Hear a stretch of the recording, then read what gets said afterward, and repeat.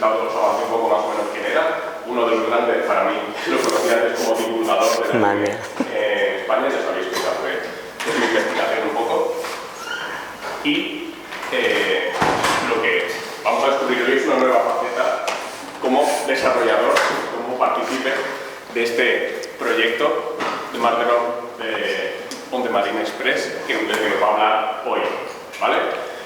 Él os va a contar, es un proyecto también primerizo, entonces seguro que hay muchas cosas que os interesan para vuestras experiencias, cómo enfocar incluso esos desarrollos de juego que habéis hecho en la parte práctica de la asignatura, cómo enfocarlos al mercado, cómo llegar a Steam, ¿no? Si nos puedes iluminar sobre eso.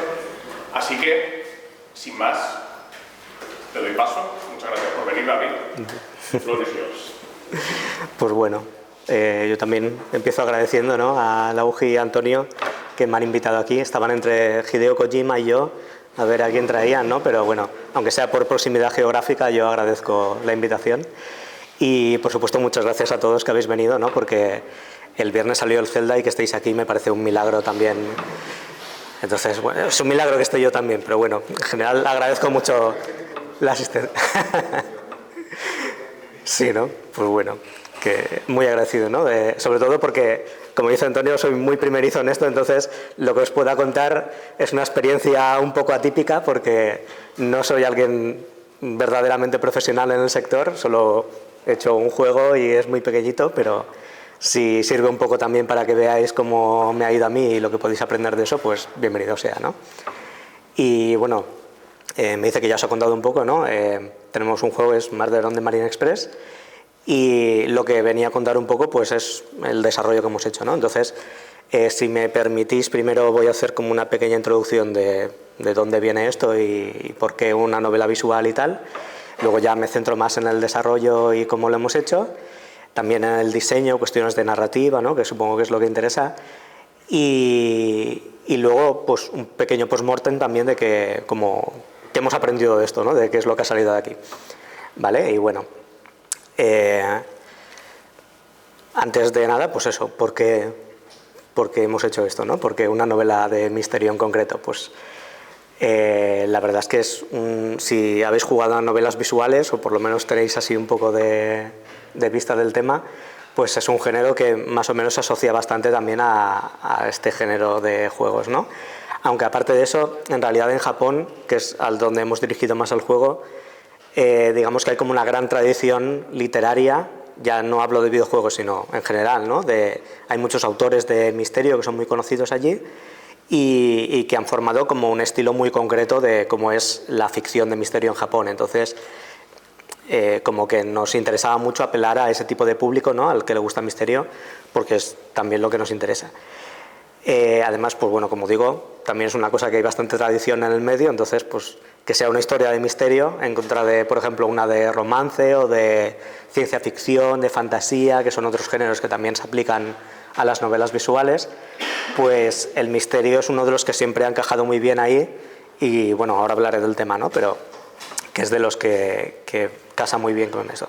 Y sobre todo, pues bueno, porque nos gusta, ¿no? Si nos gustara no lo hubiéramos hecho así.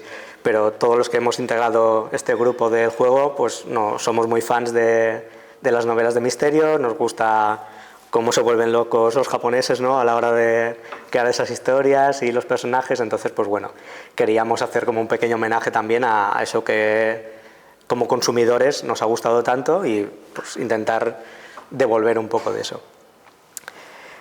Decía que hay mucha tradición, no solo en novelas, sino también en juegos, y es que, bueno, no sé si habéis estado atentos a las noticias, pero justo a finales de abril salió un remake de este juego, de Portopia Serial Murder Case, que casualmente se considera como la primera novela visual en Japón, que estrictamente hablando no es una novela visual, es más un juego de texto, un juego textual, ¿no?, una aventura textual, pero sentó las bases de lo que luego ya vendrían a ser las novelas visuales posteriores. Entonces este juego de Yuji Horii, que es el creador de Dragon Quest también,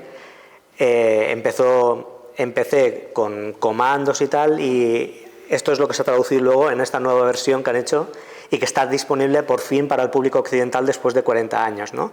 Trabajo con una IA para poder introducir los datos y devolverte el feedback.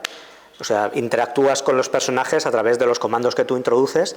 Obviamente funciona fatal, todavía los primeros estáis tal, pero bueno, como experimento es interesante.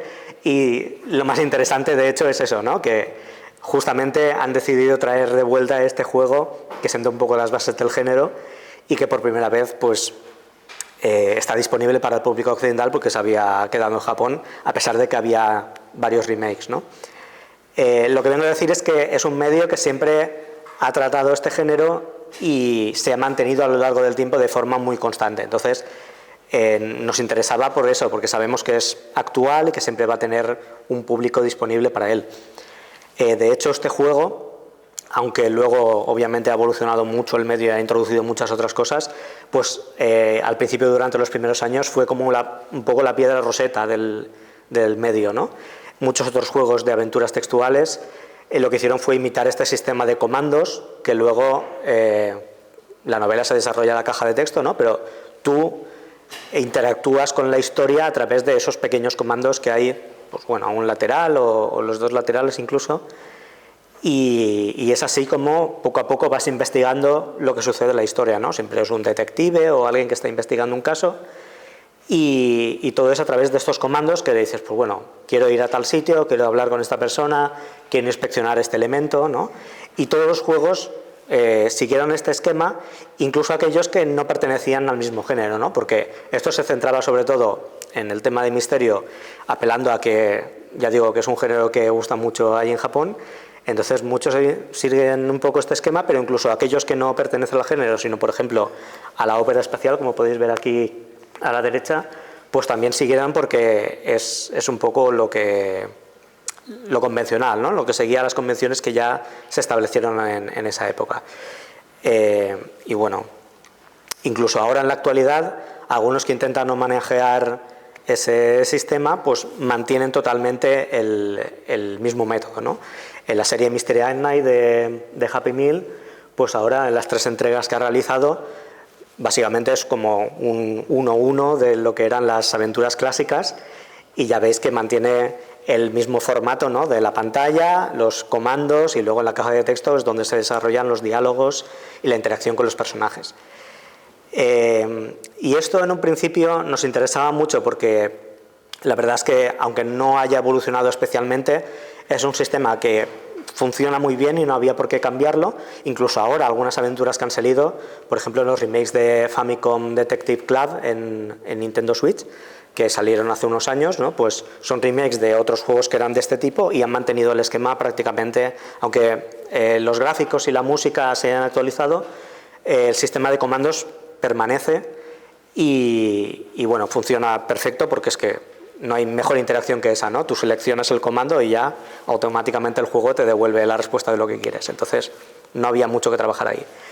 Pero en nuestro caso, como éramos bastante novatos, pues quisimos no complicarnos la vida y decidimos volcarnos en otro sistema que hay aquí dentro del mismo medio, que son las novelas sonoras.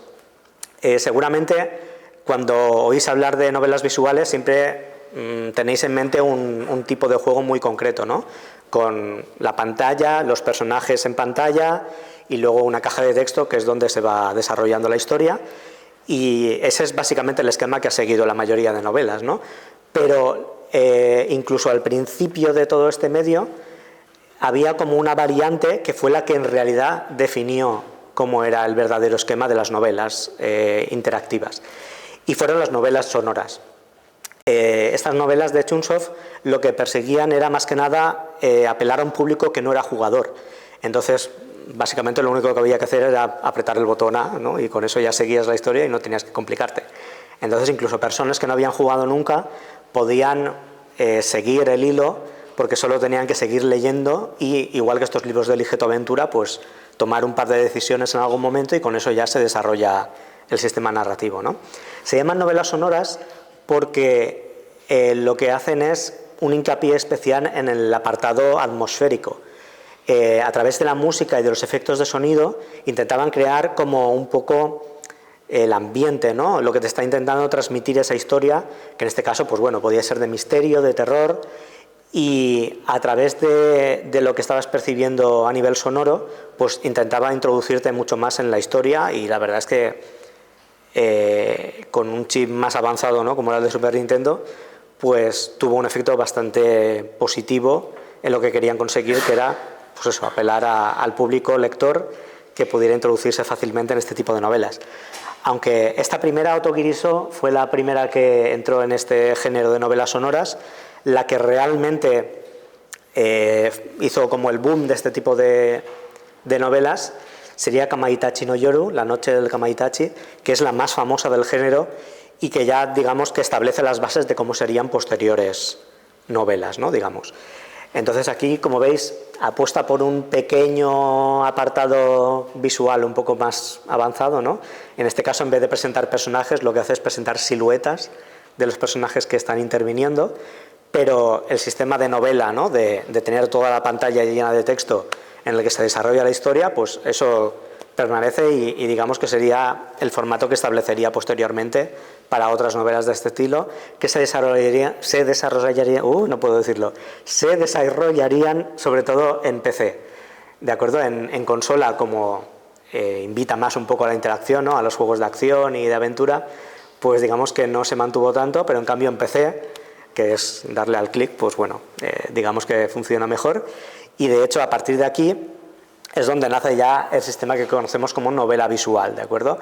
Shizuku, del estudio Leaf, sería la primera en acuñar oficialmente el nombre de novela visual, porque ya sí que hacía un esfuerzo en presentar personajes y fondos más elaborados en contraposición a lo que veíamos anteriormente, ¿no?, que era directamente el texto y pues un poco fondos y siluetas y ya, poco más, porque lo que interesaba era el texto, ¿no? Al final, una novela visual no deja de ser un libro interactivo, entonces lo que interesa siempre va a ser la narrativa o lo que está intentando contar la historia. El apartado audiovisual es accesorio en tanto que lo que hace es reforzar lo que tú estás leyendo, ¿no?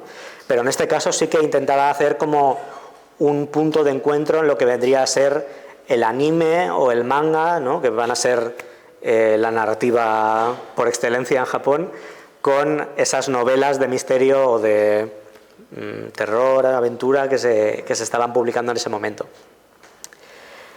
Y bueno, y este es un poco el contexto, ¿no?, de estas aventuras. Pues luego han salido miles y miles de juegos que siguen este esquema. Seguro que conocéis títulos pues como Fate Stay Night, Steins Gate, ¿no?, Higurashi, pues muchos de estos, si seguís un poco el tema de títulos de Japón, pues seguro que son juegos que os suenan más o menos. Y nada, y de aquí venimos nosotros, porque también como consumidores, ¿no?, pues somos fans de esto y nos gustaba el medio, entonces pues por un poco de forma fortuita pues nos juntamos y decidimos meter la cabeza en esto. Y aquí está, pues bueno, nuestro bebé, ¿no? Este es el juego que hemos presentado, Murder on the Marine Express, que es una novela visual. De hecho, técnicamente no es ni novela visual ni novela sonora. Lo que hemos hecho es lo que se llama una novela cinética, que lo que implica es que es una novela visual en la que no tomas opciones, ¿vale? No hay un sistema de decisiones en el que se ramifica la historia, que supongo que sería lo ideal para este caso, ¿no? Porque en narrativa siempre es mejor ver cómo funciona en el tema de interacción y toma de decisiones, ¿no?, cómo enlazar unas rutas con otras, cómo se vinculan. Pero en este caso, como éramos muy primerizos y no sabíamos muy bien cómo funciona el tema, pues decidimos no complicarnos y bueno, lo que hicimos fue una novela cinética, que es básicamente un desarrollo lineal. La aventura va a ir de principio a fin sin muchos cambios y bueno, pero aparte de eso veníamos a emular un poco todo esto que estaba contando, ¿no?, del sistema de novelas y cómo funciona un poco el estilo que tienen.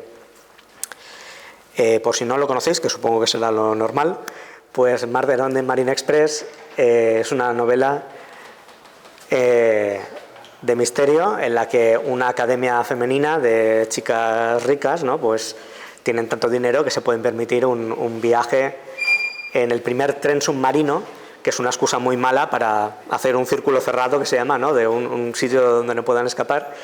Y con ese tren submarino van a viajar unos días desde la costa americana hasta Japón.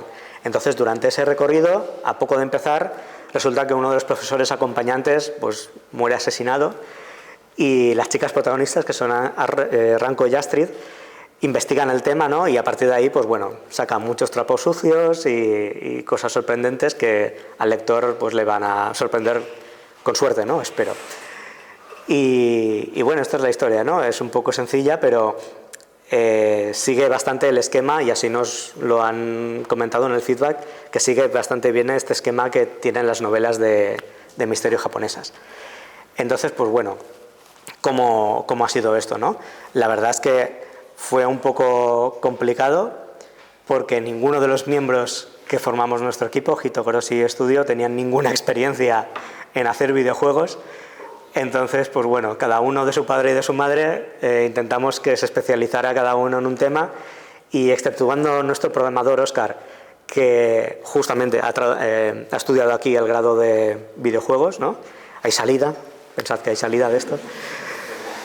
Pues el que sí que tiene experiencia programando era el único que todavía tenía algo de idea, pero yo, como comentaba Antonio, soy traductor y he hecho un poco de divulgación, entonces he escrito libros teóricos y tal, pero nunca había hecho nada de narrativa, ¿no? Entonces, por mi experiencia traduciendo, he intentado engancharme a eso y lidiar un poco con lo que es la narrativa del juego. Luego, nuestro compositor es un profesor adjunto de aquí que hace ingeniería. Tampoco había compuesto en su vida, pero le gusta el tema de la música, pues también se lanzó a esto. Y nuestro grafista es un animador, al menos tiene algo que ver, y tampoco había hecho nunca pixel art, pero pues bueno, haciendo un poco de prueba y error, pues al final nos manejamos, y entre unos y otros, al final pues hemos sacado esto adelante, ¿no? Entonces, vengo a decir que aunque no sepáis muy bien cómo encajar en un proyecto, o ni siquiera si tenéis experiencia en eso que os van a pedir, pues de todo se aprende, ¿no? Entonces, al final es un poco ir probando cosas y al final sale algo. Es meterse ahí y tener un poco de valor y ya está. Entonces, pues eso, al final, después de mucho hablarlo, mucho refinar lo que estábamos haciendo, pues ha salido. Y en general lo que queríamos era tener claro hacia dónde íbamos, ¿no? Y para eso teníamos estos objetivos muy en mente. El primero de ellos era transmitir el sentimiento que tenían estos juegos clásicos de los que he hablado, porque al final han ido saliendo muchos juegos en la actualidad, por ejemplo, la serie Zero Escape, por ejemplo, o los AI de Somnium Files, ¿no? Por decir algunos así que han salido recientemente, que os puedan sonar, que también nos hemos inspirado mucho en eso, pero sobre todo teniendo un aspecto así un poco más retro, queríamos apelar un poco a ese sentimiento, ¿no? Que tenían esos juegos clásicos. Entonces, sobre todo, no perder de vista esa esencia que tenían esos juegos, lo queríamos plasmar muy bien. También emular el estilo de la ficción moderna, y no hablo solo de los videojuegos, también en el sentido de que el anime, las novelas ligeras, el dorama, ¿no? Las series de imagen real, todo lo que fuera un poco la ficción actual, para que no fuera algo obsoleto, ¿no? Porque al final, si haces algo demasiado clásico, también puedes llegar a aburrir un poco. Está bien hacer el homenaje, pero no hay que perder de vista que el público es actual. Entonces, pues mantener un poco el equilibrio entre las dos partes y ver qué es lo que se estaba haciendo y cómo poder apuntar un poco a esa línea. Y sobre todo, el mayor objetivo que teníamos era que apelar al público japonés, ¿no? Porque al final, si el tipo de juego que estábamos haciendo venía de lo japonés, y lo que queríamos era apuntar a ese público que nos había regalado tantas cosas, pues nuestro principal objetivo sobre todo era engañar un poco a esos japoneses y ofrecerles un producto que de verdad pareciera que estuviera hecho allí.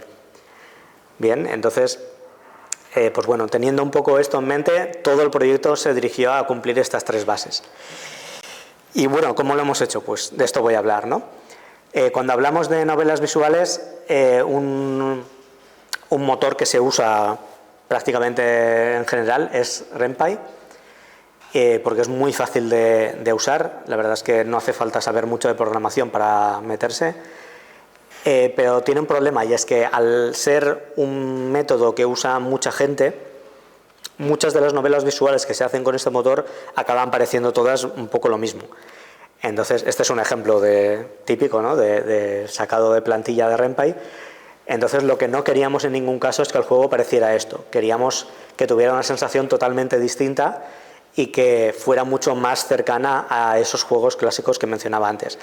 Entonces teníamos que partir de aquí y ver cómo lo redirigíamos un poco hacia eso que nosotros habíamos disfrutado como consumidores, como público, ¿no? Entonces, al final, de esa primera pantalla que habéis visto, tiene que pasar aquí. Y aquí ha habido un proceso de refinado muy grande porque había mucha prueba y error de cómo concentrar todos los elementos que queríamos en esto sin que llegara a aparecer algo de Ren'Py, ¿vale? Al final, si ves este juego, no parece para nada que haya sido hecho con este motor, ¿no? Porque todos los elementos de los personajes centrados, la caja de texto que ocupa toda la parte de abajo, ¿no? Todo eso que va a ser un poco lo que identifica el motor, pues desaparece y lo hemos concentrado más, incluso un poco perdiendo espacio en la pantalla, pero concentrándolo para que aparezca la típica pantalla clásica, ¿no? de 4.3, pues que diera un poco ese feedback, ¿no? de que era un juego un poco más clásico. Pero como veis, el pixel art no se corresponde para nada a esos juegos de NES o de Super NES, ¿no? Porque al final tampoco pretendíamos que fuera exactamente igual, que hubiera sido lo ideal, pero nos acorralaba un poco a la hora de definir el diseño. Entonces, pues bueno, hemos tirado por un aspecto un poco entre medias, casi parece un poco más un juego de Advance que un juego de NES, que era lo que pretendíamos, pero al final, pues bueno, estamos contentos con cómo ha quedado, sobre todo porque ya digo que no teníamos mucha idea de lo que estábamos haciendo. Entonces, pues bueno, en ese sentido estamos contentos y creo que el resultado ha sido bastante bueno. Además que nos lo han hecho también llegar así, ¿no? Centrándonos ya un poco en el tema del diseño y de cómo lo hemos afrontado, pues sobre todo, aunque la historia es lo principal en un juego narrativo, obviamente, ¿no? En una novela visual lo que quieres es leer, pues el diseño también es algo muy importante porque el jugador va a estar leyendo muchas horas. Aquí esto es un juego corto, ¿no? Pero en los casos más profesionales, digamos, pues siempre vas a estar muchas horas y vas a estar viendo esos personajes mucho tiempo. Entonces tiene que ser un diseño agradable, que convenza y con el que te sientas cómodo como lector. Y eso era algo que nosotros fuimos muy conscientes desde el principio porque, ya digo, como público, ¿no? Todos los que estáis jugando sois conscientes también de eso, ¿no? Cuando veis un juego que no acaba de estar del todo pulido, decís, bueno, aquí veo algo que chirría, ¿no? Algo que no acaba de estar. Y digamos que limar asperezas para conseguir esto, ya digo, no somos nada profesionales, ¿no? Pero por suerte nuestro grafista sí que es profesional del tema un poco de animación y conocía un poco el tema, entonces por esa línea nos hemos salvado un poco de que estábamos más seguros de lo que estábamos haciendo. Además, el tema de los personajes nos parecía muy importante porque van a ser siempre el pilar de todas las historias, ¿no? Decía Hirohiko Araki, si conocéis el manga JoJo's Bizarre Adventure, tiene un método de creación de manga en el que una cosa esencial que dice él que tiene que definir una historia son los personajes, ¿vale? Van a ser siempre los pilares de todas las historias. Tú puedes hacer una mala historia y que tus personajes la salven, pero no hay ninguna historia que sea buena con unos malos personajes. Entonces, cualquier historia que vayáis a hacer, cualquier juego mínimamente narrativo que pretendáis que vaya a gustar al público, tiene que tener unos personajes sólidos. Y eso nosotros, aunque no habíamos hecho nunca un juego, pues éramos muy conscientes como lectores, ¿no? Entonces, digamos que todos los esfuerzos estuvieron muy centrados en definir esto desde el principio.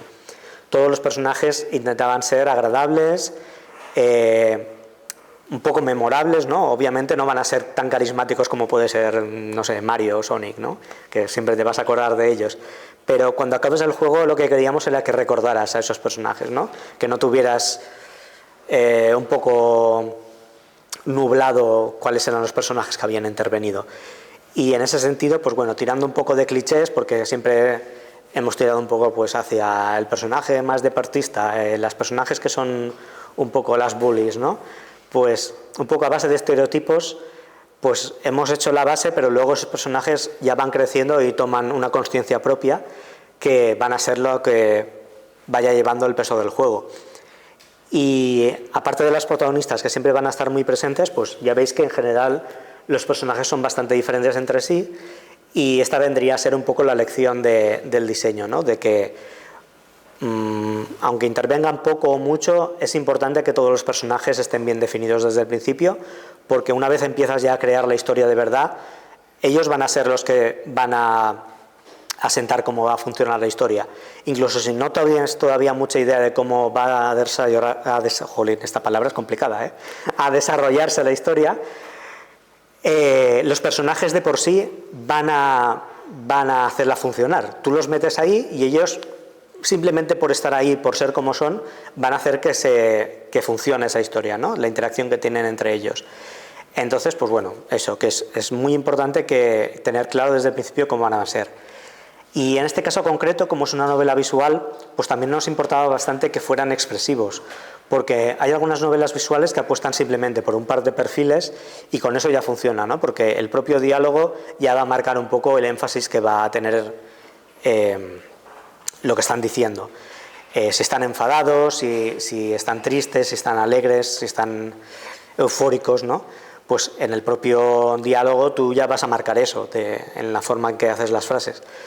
Pero como van a estar acompañando continuamente al jugador, nos parecía importante también que las expresiones estuvieran acordes, sobre todo porque, siendo esta una novela que era una novela cinética, como decía, que no hay interacción de jugador con el juego, pues por lo menos que fuera el personaje el que tuviera la interacción con el jugador, ¿no?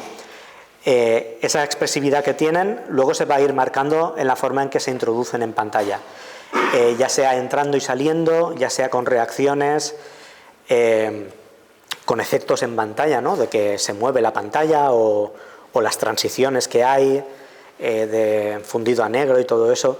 Pues todo eso va a ayudar un poco a la narrativa a entender cómo funciona, ¿no? Porque en otros juegos que son más interactivos, como puede ser un juego de acción o de aventura, eso, la forma en que se mueven los personajes ya lo marca un poco, ¿no? Es como ver un poco una película, entonces es muy fácil entender qué es lo que está pasando.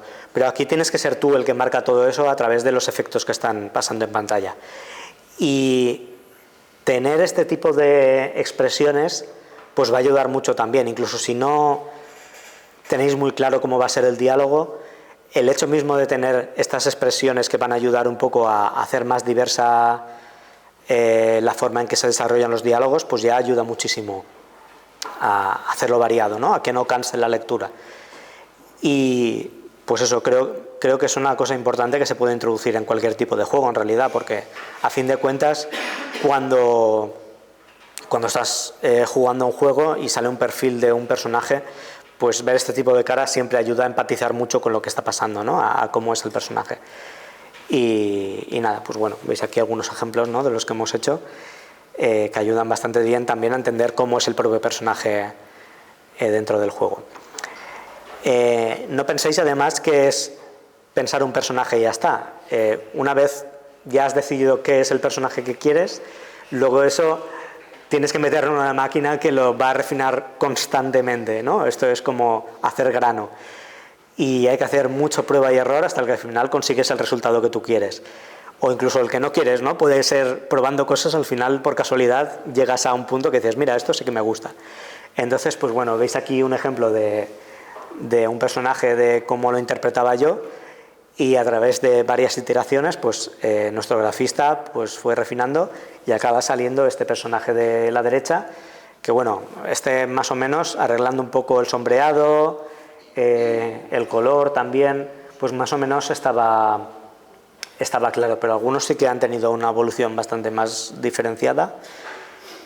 Y bueno, eso yo creo que os va a pasar a todos, ¿no? Si vais a hacer un juego, una vez lo tenéis dentro y ya tenéis algo un poco más claro de cómo funciona, lo vais a ir cambiando constantemente. Entonces, supongo que esto ya lo habéis trabajado también haciendo proyectos, ¿no? Un poco. Al final sale, después de un tiempo, pero sale.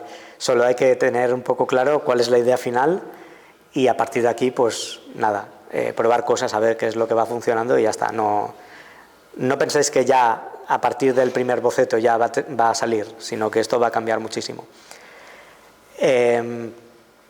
Por si no queda claro, también introdujimos unos perfiles, ¿no?, dentro del juego que, ya digo, no va a ser un juego en el que es lineal y ya está. También hemos introducido, para que no fuera constantemente lineal, introdujimos algunos apartados que fueran un poco hipertextuales dentro del propio juego, ¿no? En este caso, pues hay unas plantillas en las que puedes leer el perfil de los personajes y entonces ya puedes entender un poco mejor cómo son, el trasfondo que tienen. Y no se trataba de hacer todo el lore del personaje ahí, ¿no?, porque también es un poco aburrido estar leyendo y tener que ir a buscar quién es ese personaje y por qué hace lo que hace. Algunos juegos sí que se pueden permitir eso, ¿no?, pero en este caso, como es una novela cortita, pues nos interesaba más que fuera simplemente un poco de consulta. Al principio, cuando estás empezando y no conoces mucho los personajes, pues tener una pequeña ayuda para poder enlazar fácilmente con el personaje que estás leyendo. Y bueno, ya centrándonos un poco más en el aspecto narrativo, esto hubiera sido el apartado de los personajes, ¿no?, que es importante, pero obviamente si hablamos de novela visual, pues lo que queremos es leer, es tener un punto de lectura y ver qué es lo que se desarrolla ahí. Entonces, seguro que ya habéis estado estudiando un poco cómo es la narrativa general, muchos tipos de historias, el viaje del héroe, ¿no?, siempre se habla de muchos esquemas típicos a la hora de desarrollar una aventura, pero ya que estábamos buscando un planteamiento mucho más como más centrado hacia el público japonés, pues también intentamos marcar un poco el ritmo de esas historias japonesas. En este caso, más que el típico esquema de introducción, nudo y desenlace que siempre se hace aquí, en Japón se usa mucho este tipo de desarrollo que es el Kishotenketsu, que viene a ser como inicio, desarrollo, giro y resolución, ¿vale? Son 4 puntos que, bueno, viene a ser un poco lo mismo, pero hay un énfasis especial en ese caso del giro, ¿no? El maestro del manga Osamu Tezuka lo ejemplifica muy bien con esta tira cómica en la que se puede ver un poco cómo se desarrolla eso, ¿no? Al principio, pues veis aquí que hay un señor intentando que el bebé lo siga, que ese sería el inicio, es la premisa. Luego está el desarrollo, que es que el bebé efectivamente lo está siguiendo. Y a partir de ahí, pues bueno, esto sería lo que va a plantear la historia, ¿no? Cuando tú estás haciendo un juego, tienes que presentar una premisa y luego tienes que desarrollarla. Pero luego tiene que venir un giro, tiene que venir algo que cambie eso que tú has estado planteando, ¿vale? Llega un punto en el que todo lo que has visto cambia totalmente y aquí se ve que, pues bueno, es un giro cómico, ¿no? El señor se cae porque no estaba mirando hacia dónde iba. Y en el caso del juego, pues bueno, siendo una historia de misterio, pues obviamente teníamos que introducir varios giros para que el jugador no se aburra, ¿no? Porque si solo es una investigación constante, pues al final no tiene mucha chicha eso. Y hay que introducir varios giros a lo largo de eso. Y bueno, al final obviamente una resolución, porque lo que queremos es que cerrar ese círculo que has empezado y ya está. Entonces nosotros lo que hemos hecho es casi un Kishoten Ketsu, ¿no? Porque planteas varios giros que van a ser lo que el jugador disfrute a lo largo de la historia. ¿Cómo hemos hecho eso? Pues bueno, esta era un poco la parte difícil de la parte narrativa, que era la mía. Elaborar un guión es muy difícil, seguro que lo sabéis si lo habréis probado. Yo no tenía ninguna experiencia, ya digo, pero bueno, a base de consumir, ¿no?, como público, pues si te vas fijando un poco en cómo son las historias, pues ves algunos patrones, ves qué es lo que se hace y al final intentas imitar un poco lo que has visto. Entonces, imitando eso, la conclusión era definir un poco los eventos que queríamos que sucedieran en la historia, ¿no? Tener claro qué escenas queríamos que pasaran, qué cosas queríamos que les pasaran a los personajes concretamente, y una vez ya teníamos claro eso, pues ya se trataba un poco de unir los puntos, ¿no? Aunque no tuviéramos claro del todo cómo iba a ser la historia, solo con poder unir las cosas ya se nos iban ocurriendo un poco cómo iba a resolverse todo. Y la verdad es que ayuda mucho, ¿no? Ese método, a lo mejor no es el ideal, pero para empezar está muy bien porque sirve a la hora de tener claras las ideas que tú quieres tener. Entonces, una vez tenéis bastante marcado ya cómo van a ser los puntos que queréis que se traduzcan en el juego, ya es cuestión de ordenarlos y de segmentar las escenas para poder empezar a distribuir cómo va a ser el esquema general del juego.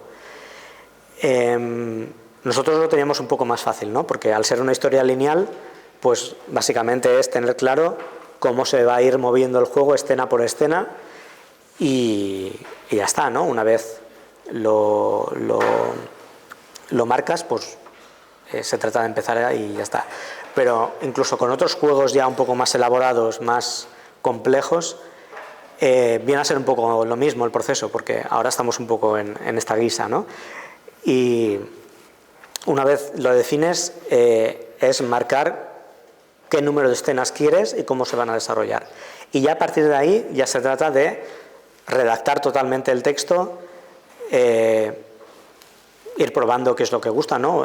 Varios borradores, pasárselo a otros miembros del equipo para ver qué es lo que opinan y ya pues reforzar un poco lo que funciona y mejorar lo que no funciona. Y no sé, es un sistema muy simple porque de verdad lo es. Simplemente, pues bueno, una vez tienes claros estos pasos, pues ya es ponerte un poco a elaborar la historia, que es la parte difícil, ¿no? Tener claras cuáles son las ideas y cómo vas a desarrollarlas. Para esto, pues bueno, nos hemos fijado en todos los juegos típicos, ¿no? Pues Ace Attorney, Umineko, Shibuya Scramble, Danganronpa, ¿no? Básicamente cualquier juego en el que alguien apunte con un dedo, pues nos servía para inspiración, ¿no? de cómo iban a ser los textos, porque es verdad, estos son los que nos han gustado y eran lo que nos parecían que era lo indicado para poder trasladar al público, ¿no? Entonces, básicamente, los diálogos intentan seguir un poco esta línea porque vemos qué es lo que han funcionado. Vosotros, si vais a hacer cualquier juego, pues lo mismo, fijaos bien en los referentes que os han gustado e intentad moveros un poco en esa línea a la hora de escribir la historia.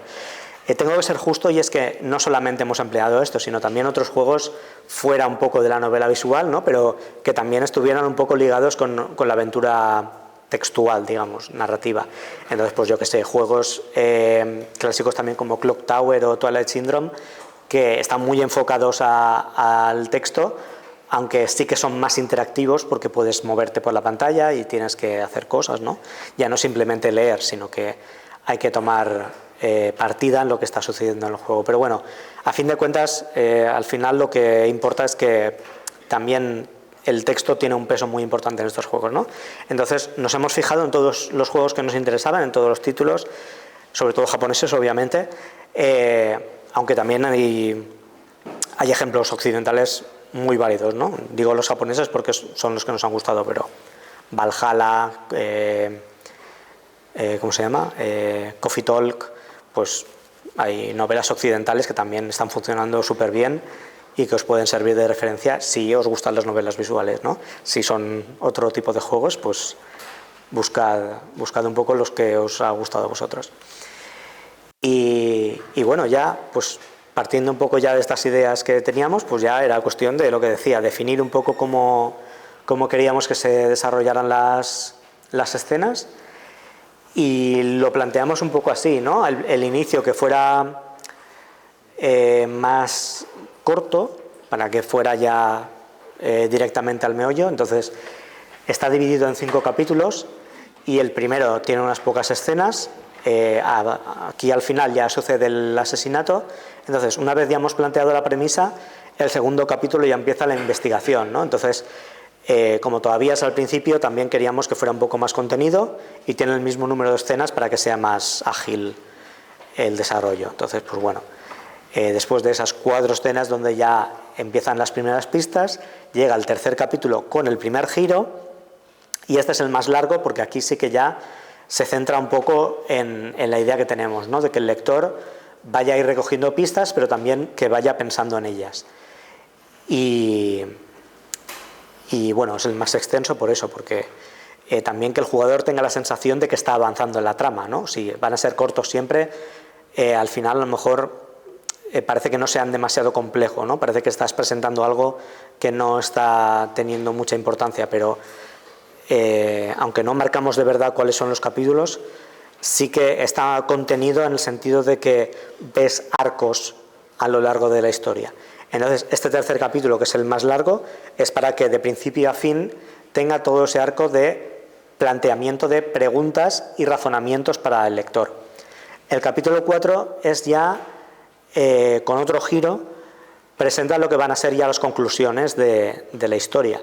Entonces el lector no tiene todavía todas las pistas, pero ya puede hacerse una idea general de qué es lo que está pasando ahí.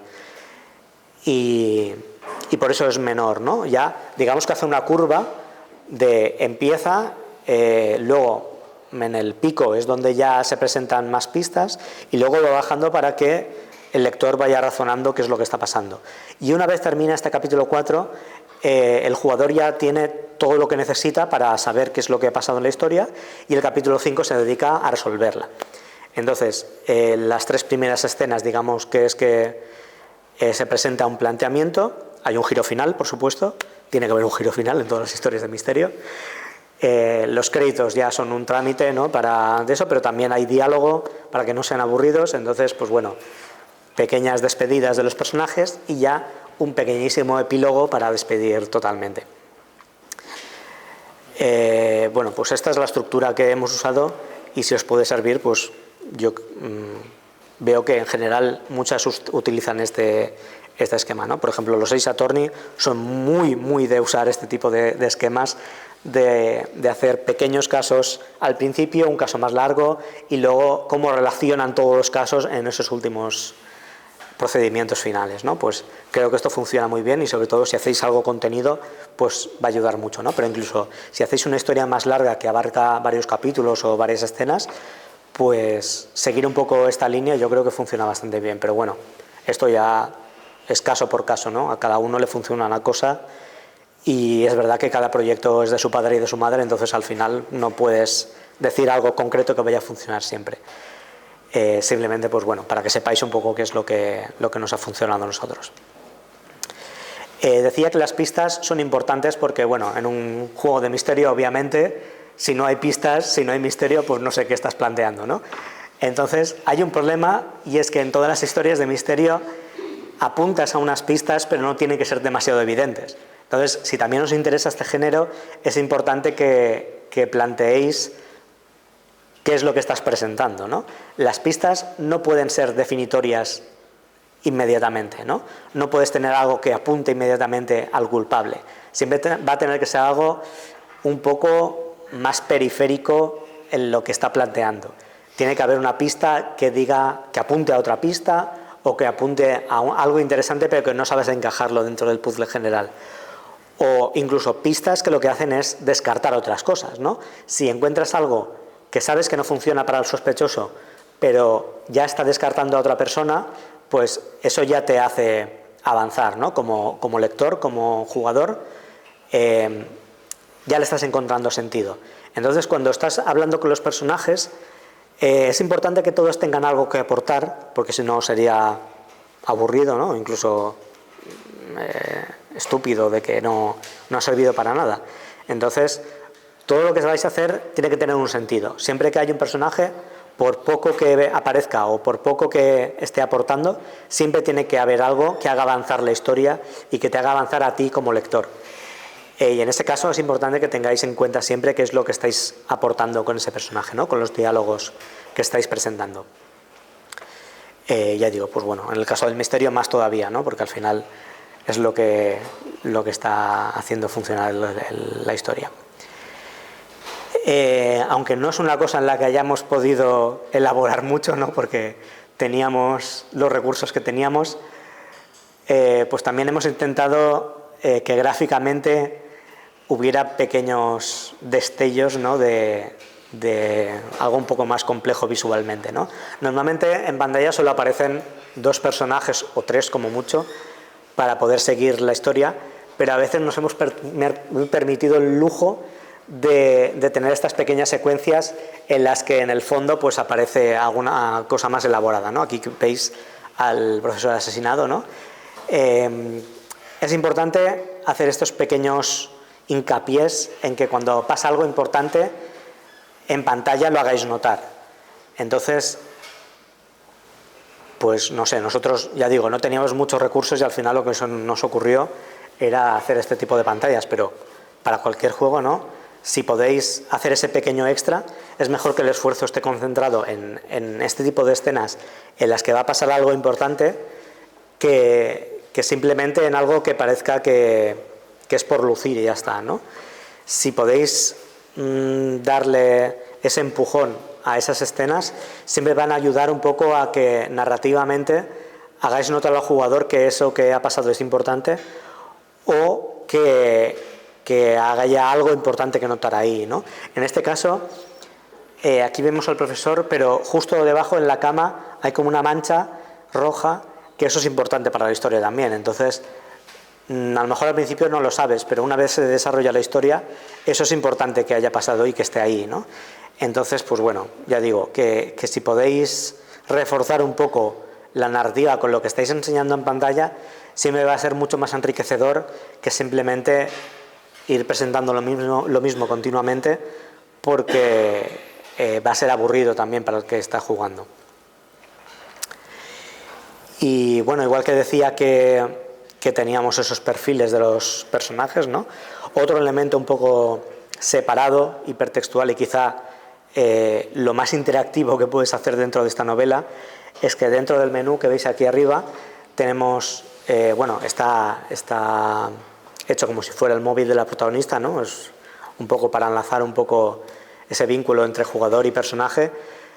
Puedes acceder a algunos iconos que vienen a ser cosas típicas, los perfiles, las opciones de juego, ¿no? Para guardar y para manejar un poco los controles de música y tal. Pues hay un apartado que es un chat, que son los mensajes que puede acceder la protagonista, Ranko. Entonces, a través de aquí hay pequeñas historias paralelas que suceden a la vez que lo que está pasando que tú estás leyendo. Entonces, durante puntos concretos de la historia vas a poder acceder aquí a este chat en el que, pues bueno, otros personajes que ni siquiera aparecen en la historia cuentan un poco lo que van viendo dentro de ese tren. Entonces, pues bueno, son historias muy tontas, ¿no? Son un poco interludios cómicos para ver un poco el ambiente general que hay dentro de la historia y ver qué es lo que está pasando, ¿no? Porque también es importante hacer un poco el lore dentro de ese mundo que estás presentando. Otros juegos pueden tener el lujo un poco de hacer como narrativa ambiental, ¿no? De que tú te mueves por el escenario y el propio escenario te está contando cosas. Pero nosotros dentro de esta novela pues no podíamos hacer eso. Entonces, una forma de poder trasladar al lector qué es lo que está pasando, pues será a través de estos chats en los que otros personajes te cuentan un poco las cosas que a lo mejor ni siquiera tienen nada que ver. Pero bueno, ya es como una pausa dentro de eso que estás contando y así el jugador no se aburre si está leyendo constantemente, ¿no? Eso que es la historia general. Y también ayuda a chats con otros personajes que sí aparecen, entonces también ayudas a desarrollarlos un poco como personaje vivo, digamos, porque tú la interacción que tienes dentro del juego puede ser limitada, pero dentro de estos chats puedes ayudar a que el jugador los conozca un poco mejor también, lo que hacen, lo que les gusta, lo que han hecho mientras tú no estabas mirando, ¿no? Es una ayuda un poco a esa narrativa que estás construyendo. Y bueno, esto era una cosa que se nos ocurrió, que era fácil de implementar. Para mí fue un pequeño infierno porque además de la historia principal también había que inventarse todas estas historias paralelas, pero el resultado final creo que ha funcionado bien y ayuda mucho a construir un poco lo que era el mundo del juego. Y bueno, ya digo, siendo un juego pequeño no puedo daros muchas lecciones de lo que hemos hecho, ¿no? De hecho, yo creo que sabéis mucho más sobre cómo construir un juego que yo, así que solo os presento un poco la experiencia que he tenido y cómo he hecho las cosas, pero el sentimiento general, ¿no? Era de que estamos contentos con lo que hemos hecho y sobre todo porque al final lo hemos conseguido terminar, que eso ya es un lujo. Muchos proyectos empiezan pero nunca acaban, pero nosotros lo hemos cerrado, ¿no? Y bueno, la gran pregunta, ¿no? ¿Qué hemos conseguido con todo esto? Pues aquí vienen las conclusiones de todo. Cuando lanzamos el juego lo hicimos de forma limitada en Steam y en itch.io, porque eran las dos plataformas que pensábamos que nos funcionaban mejor y eran mucho más accesibles, ¿no? Entonces, pues bueno, lo lanzamos ahí y ya está. Ahí ya era sálvese quien pueda, ¿no? Si funciona, pues bien, y si no, pues bueno, lo hemos intentado y nos hemos reído. Lo importante son los amigos que haces por el camino, todo esto que se dice, ¿no? Lo importante es participar, etcétera, etcétera. Efectivamente, no funcionó para nada porque Internet es un océano y tú eres un pez muy pequeño, entonces, pues obviamente es muy difícil tener visibilidad dentro del mundo de los videojuegos y sí que conseguimos que algunos lo jugaran, pero obviamente pues no teníamos el alcance que pueden tener otros estudios. Porque entended que además es eso, éramos un grupo mega reducido, sin experiencia, sin contactos en el medio. Otros estudios que son indie, con muchas comillas, ¿no? Son estudios con recursos, que ya conocen a otra gente, que están presentes en el medio, entonces es mucho más fácil llegar al público, porque el público ya los tiene presentes. Incluso si ya has hecho varios proyectos, obviamente te van a conocer que si eres el primero que haces, ¿no? Entonces, en nuestro caso, obviamente pasó lo que tenía que pasar, que era que no tuvimos ningún tipo de presencia. Pero desde el principio también quisimos luchar para tener visibilidad en otras plataformas. Entonces lo que hicimos fue ponernos en contacto con editoras que estuvieran dispuestas a hacernos de publisher, ¿no? Para llevar el juego a consolas. Que podíamos haberlo hecho nosotros mismos, pero nos parecía mucho mejor si teníamos un acuerdo con estas empresas, ¿no? Porque así ellos se encargarían de hacer su magia un poco y llegar al público que queríamos. Fue un proceso bastante más fácil de lo que parece, porque siempre es como una cosa bastante inalcanzable, siempre esto de estas empresas que publican juegos, pero obviamente a ellas lo que les interesa es vender juegos, y esos juegos tienen que sacarlos de algún sitio. Entonces, no hay que desanimarse en que tú presentas un juego y no te lo acepten. Eso también nos ha pasado a nosotros. Pero siempre va a haber algo que sí lo acepte, ¿no? Al final es un poco encontrar la persona justa que quiera esa que tú estás ofreciendo. Y después de unos pocos correos lo conseguimos. Entonces nos pusimos en contacto con varias empresas japonesas. Nos interesaba mucho que fuera alguien de allí porque obviamente iba a entender mejor el mercado. Y lo que conseguimos fue un acuerdo con una empresa que se llama Rini Frog, que lo que hace principalmente es localizar juegos occidentales al público japonés. Y en este caso es bastante excepcional porque los suyos son juegos, digamos, más establecidos, digamos, pero esto era como un juego hecho a posta para ellos casi. Entonces para ellos también era algo novedoso. Y esa simbiosis fue bastante buena. Entonces nos ayudaron mucho a la hora de editarlo, a la hora de hacer el port, que no lo hicieron ellos sino Ratalaika, que justamente es una empresa aquí española, entonces ideal porque nos entendimos con ellos perfecto, y ya está, y con ellos lanzamos el juego a consolas, y una vez ha llegado eso ahí sí que ha sido todo perfecto porque se han encargado de hacer la publicidad, lo han movido muchísimo más, y bueno, ahora os cuento, pero básicamente ha sido la noche y el día, ¿no? Los objetivos que teníamos los hemos cumplido con muchos creces. La idea que teníamos del diseño, digamos que más o menos quedamos contentos con lo que habíamos hecho. El apartado y la sensación general también era la que teníamos en principio, y el objetivo principal, que era convencer al público japonés, lo hemos conseguido también. Entonces las reacciones han sido súper positivas porque, aunque obviamente no hemos tenido la misma repercusión que puede tener cualquier otro juego, ¿no? Seamos claros, somos un grupo muy pequeño. La gente que lo ha jugado está muy contenta y los mejores comentarios que nos llegan son estos, ¿no? De no me puedo creer que esto no lo haya hecho gente japonesa, ¿no? Siempre están muy sorprendidos de que gente a las antípodas de ellos en España hayan conseguido hacer un juego que se parece tantísimo a algo que parece hecho por ellos, ¿no? Entonces, pues bueno, nos han surgido muchos comentarios en Twitter, en el propio Steam, en blogs que se dedican a jugar a novelas visuales y tal. Entonces las reacciones súper positivas. También ha habido negativas, por supuesto. Eso no os vais a escapar, hagáis lo que hagáis, ¿no? Siempre va a haber de todo. Pero en general han sido positivas y nosotros nos quedamos con eso. Entonces, pues bueno, encantadísimos porque ese objetivo que era el más difícil al final lo hemos logrado. Y es el que teníamos más presente, porque incluso si siguiéramos haciendo juegos, teníamos claro que no íbamos a seguir de la misma forma si convencía que si no convencía, porque esto era lo que más nos interesaba, ¿no? Eso también se ha traducido a la hora de las ventas, ¿no? A día de hoy, que nos ha llegado justo esta semana pasada el reporte de ventas, el último trimestral, pues digamos que el cómputo global es que el 70% de todas las ventas se han hecho solo en Japón, ¿vale? Únicamente. O sea, un solo país ha vendido el 70% de todo lo que hemos vendido en general, que a día de hoy ya son más de 10.000 copias, que bueno, eso para algunos es lo que venden en un día, pero para nosotros son como 999.996, más porque somos 4, ¿no? Esas son las que hubiéramos vendido en principio, pero resulta que las ha comprado mucha gente.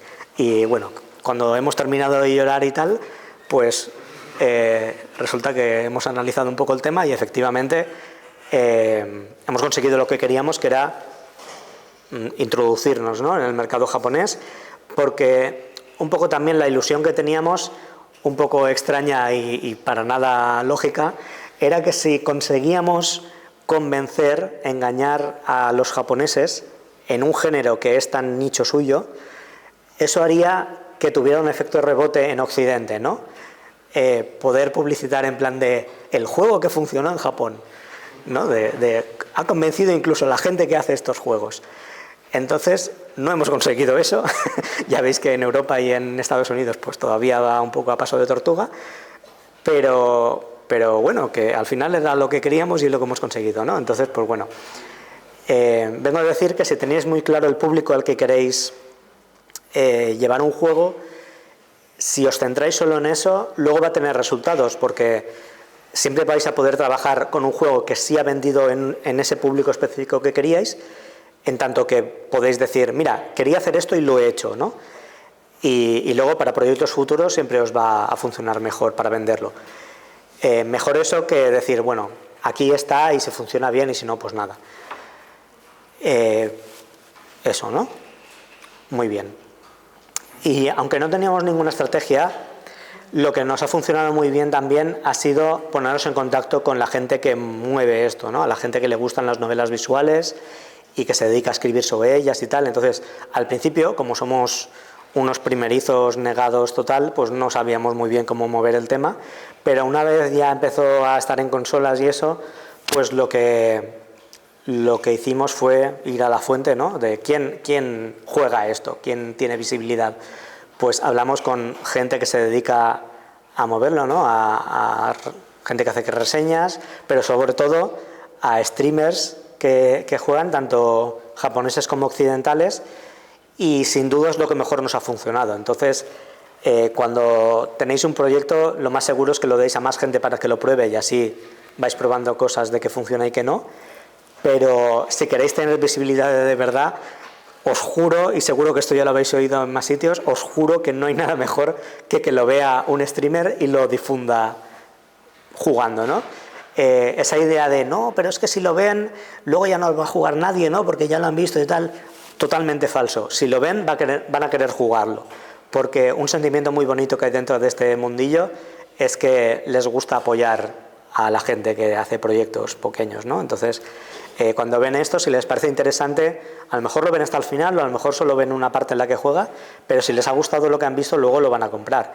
Entonces, pues un consejo también que puedo dar es ese, que no tengáis miedo, incluso no tengáis miedo a otros países, porque con un poco te entiendes y al final puedes hacerlo. Y bueno, que idols virtuales jueguen a tu juego es una cosa increíble, es un sentimiento fantástico que no puedo describir con palabras, así que bueno, ahí queda la gracia, ¿no? Y una cosa inesperada que no buscamos fue también que si tenéis algo mínimamente llamativo, siempre va a haber alguien que se va a dar cuenta. Entonces, está bien que no perdáis la fe en que, eso que decía de es un océano y todos somos muy pequeñitos. Siempre hay alguien. Si de verdad conseguís que algo se haga notar, llamaréis la atención. Entonces, en nuestro caso, es súper difícil vender en una novela visual, pero súper, porque todo el mercado en general de videojuegos, pero incluso los indies, se centra en que tú presentas un juego con mucha interacción en la que tienes una idea, que es lo que es divertido, ¿no? Y lo que va a hacer que se mueva el juego. Entonces esto va a ser mucho de acción, tengo esta mecánica especial, he hecho esta cosa que me he inventado, o simplemente soy un homenaje a esto, incluso eso sirve. Pero una novela visual, tu concepto es leer. Vender a la gente que tienes un juego de leer es muy difícil, pero vender un juego indie, de un juego en el que solo lees sin opciones, porque es una novela cinética, y además es un apartado retro que no tienes un ilustrador detrás o alguien famoso que te pueda respaldar, ¿no? Bueno, eso es imposible, no lo hemos conseguido de ninguna manera, pero afortunadamente es lo que digo de que siempre hay alguien que se fija. Y en este caso, no sé cómo pasó, pero resulta que una redactora de IGN Japón vio nuestro juego y nos hizo un reportaje increíble en el que comparaba la aventura con los telefilmes japoneses de misterio, que son muy típicos, y básicamente el titular es de la novela española que es una aventura de 2 horas televisiva, ¿no? de ese tipo de ficción de misterio que hay en Japón. Y alucinamos un poco con toda la explicación que hacía, porque además era súper elaborado todo en el análisis, y básicamente pues eso, vendía el juego por nosotros y explicaba un poco cómo iba, sorprendiéndose también un poco de las referencias que hacíamos, relacionándolo con la ficción, con autores reales japoneses, ¿no? Que es verdad, nos habíamos inspirado en eso. Y bueno, y este análisis nos hizo muchísimo bien, porque a partir de aquí otros portales del medio, como pueden ser Dengeki Online o 4Gamer, ¿no? Lo que aquí vendrían a ser pues Anait Games o Meristation, yo que sé, los típicos, ¿no? Pues los japoneses son los que empiezan a hacer caso a partir de este artículo. Y bueno, prácticamente podría ser yo tirando confeti, porque fue una cosa bastante inesperada y nos alegró muchísimo el mes. Esto os va a pasar también a vosotros si os dedicáis a presentar un proyecto, ¿vale? Os juro que pasa.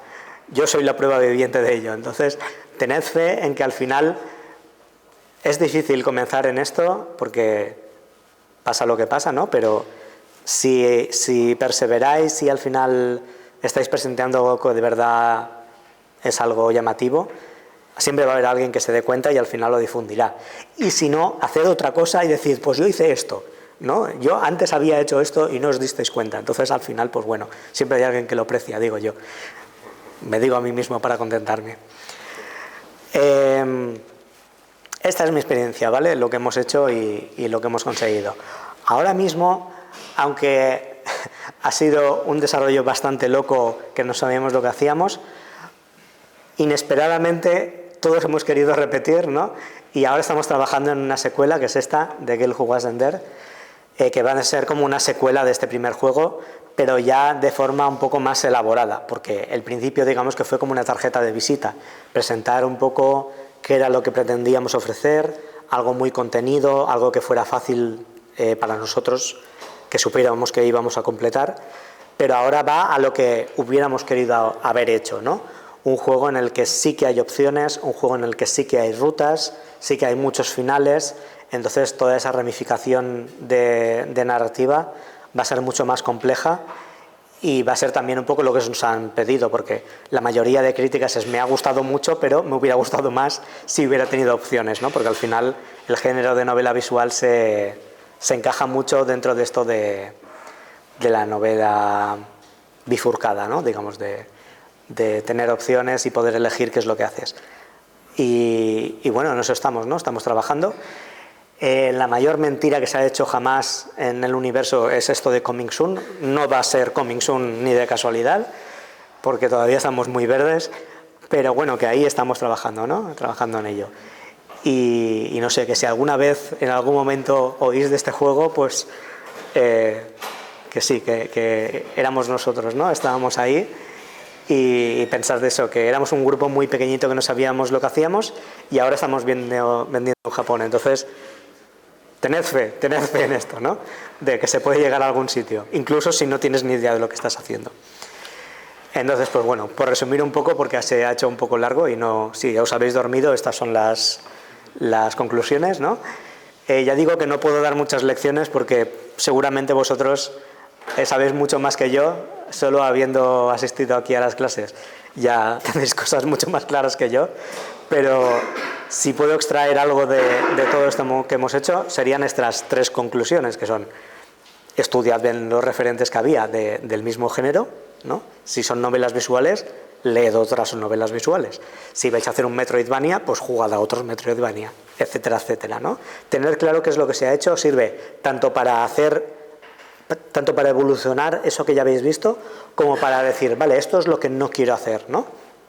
Entonces, tener bien presentes esos juegos siempre es positivo.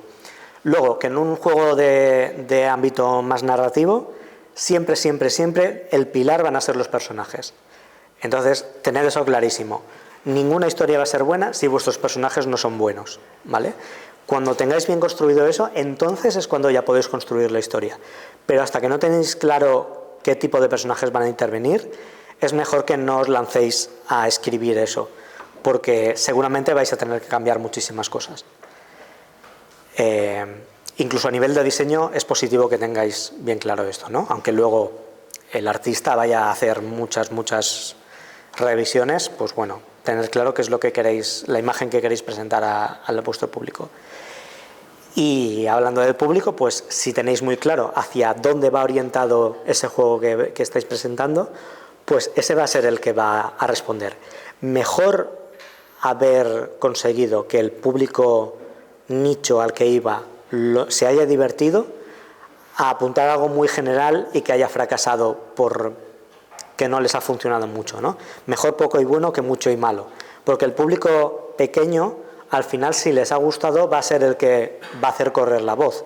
En cambio, un público más extenso, en el que digáis, bueno, esta es la idea y a quien le guste bien y a quien no, pues nada, nunca va a tener el mismo efecto. Siempre es mejor tener claro a quién va dirigido, aunque sea alguien muy específico, ¿vale? Porque luego eso va a repercutir mucho en cómo va a funcionar.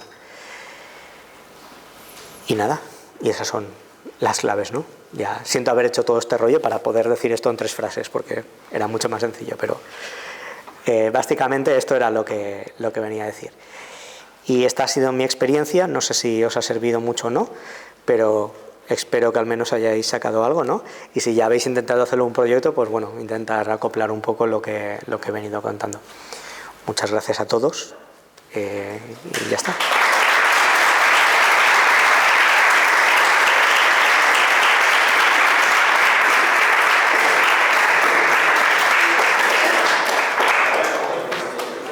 Gracias a ti, David. Ha sido espectacular. Encantado de todo. Ahora, si os parece, tenemos un buen tiempo para hacer preguntas. Las personas que hayáis podido jugar también, que hayáis podido jugar el juego, es buen momento, y los quiero también con todo lo que ha explicado David. Seguro que hay cosas que os interesan. Y este seminario está para poneros en contacto con él, con su experiencia. Así que, adelante. ¿Tenéis una mano? Aquí.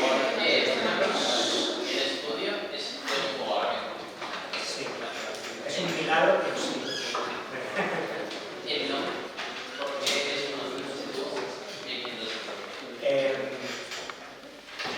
Como apelábamos a un público japonés, hay una palabra japonesa que es hitogoroshi, significa asesino, somos así de directos, y resulta que el alfabeto japonés, bueno, hay varios sistemas de escritura, pero el de los ideogramas permite varias lecturas del mismo ideograma.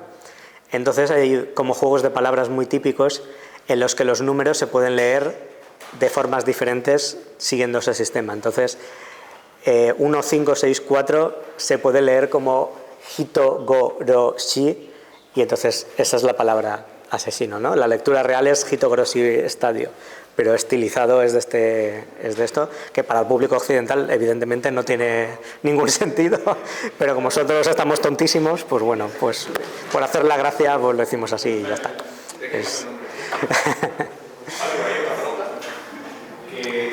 Quería preguntar todo el tema de que no tiene que ver con la narrativa, pero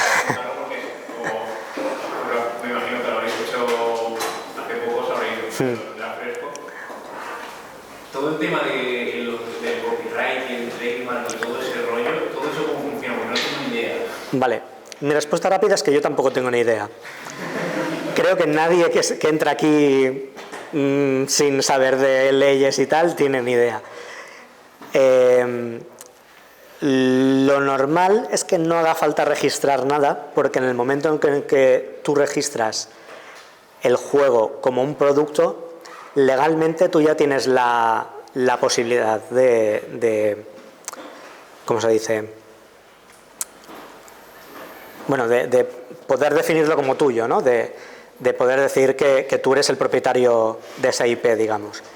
Entonces no hace falta hacer nada más allá de registrar el juego en la plataforma que toque y ya está. Si realmente quieres hacerlo, pues supongo que habrá que ir a un notario especializado en todo el tema de propiedad intelectual y todo este tema, pero yo creo que no hace ninguna falta. Sí que es interesante que ahora, a nivel español, hay que registrar el juego para que quede dentro de la Biblioteca Nacional de Productos Españoles. Entonces, ya solo registrándote ahí, que por cierto es una cosa que tenemos pendiente, pues eso ya te va a servir como esto, ¿no? De poder reclamar la propiedad intelectual de tu juego. Pero si no, no hace ninguna falta. Si lo que quieres hacer es un juego que está tomando prestado cosas de otra IP, ahí sí que hay otro tipo de mecanismos que hay que ponerse en contacto con los propietarios, pedir permisos, ¿no? y negociarlo, pero eso ya es otro rollo. Si lo que quieres es tú registrar tu juego, ya digo, no hace ninguna falta porque básicamente con venderlo tú ya eres el propietario de ese juego, entonces no hace falta nada más. Y no sé si va por aquí, ¿no? Pero que no tengáis miedo, nadie os va a robar el juego, ya es vuestro para siempre. ¿Otra por ahí? Has dicho que al principio lo sacasteis solo en Steam y itch.io, pero luego pusiste en contacto con un publisher y lo sacasteis en consolas. Entiendo que son todas. Todas, sí. Vale. Está ahora mismo en Switch, Play 4 y Play 5, porque básicamente es lo mismo, y Xbox One y serie SX, ¿no? Que sé que va distinto, pero dentro de lo mismo. Que nosotros no decidimos las plataformas, eso ya hace cada publisher con quien esté trabajando, pero puedes hablar incluso con varias publishers si cada una está trabajando con una plataforma concreta. Normalmente tú como desarrollador lo que puedes es directamente hablar con la plataforma sin intermediarios, porque eso va a ser mucho más directo, ¿no? No hace falta pagarle a nadie y tal, pero siempre es más difícil, ¿no? Incluso si no tienes un estudio más o menos grande que se dedique a eso, un grupo de garaje como nosotros, pues es casi imposible. Entonces siempre es mejor que alguien ayude a eso y es mejor una distribuidora.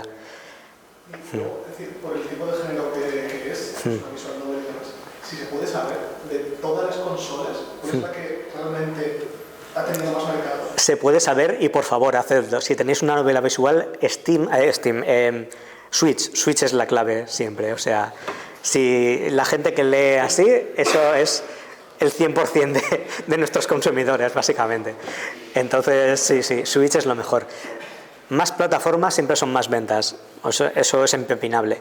Y de hecho, no importa qué juego estéis haciendo, intentad sacarlo siempre en consolas. Yo creo que esto, a poco que te metas dentro del mundo de los videojuegos, es uno de los consejos que siempre dan al principio, porque está bien sacarlo en Steam porque es lo más accesible, pero de verdad que no hay color en el momento en que lo sacas en Steam y el momento en el que lo sacas en consolas. Porque extrañamente está como no sé, esa idea de que si estás en consola ya eres serio, ¿no? En Steam o en itch.io puede publicar cualquiera, porque es real, ¿no? Hemos publicado nosotros. Pagas una pequeña fianza de registro, en itch no, en itch es incluso más fácil porque es gratuito, y ya está ahí, ya no tienes que hacer nada. Pero si está en consola ya es como que ha tenido que pasar una serie de filtros, que es mentira, pero que ya si están consolas es como wow, ¿no? Entonces siempre intentad ir a consolas.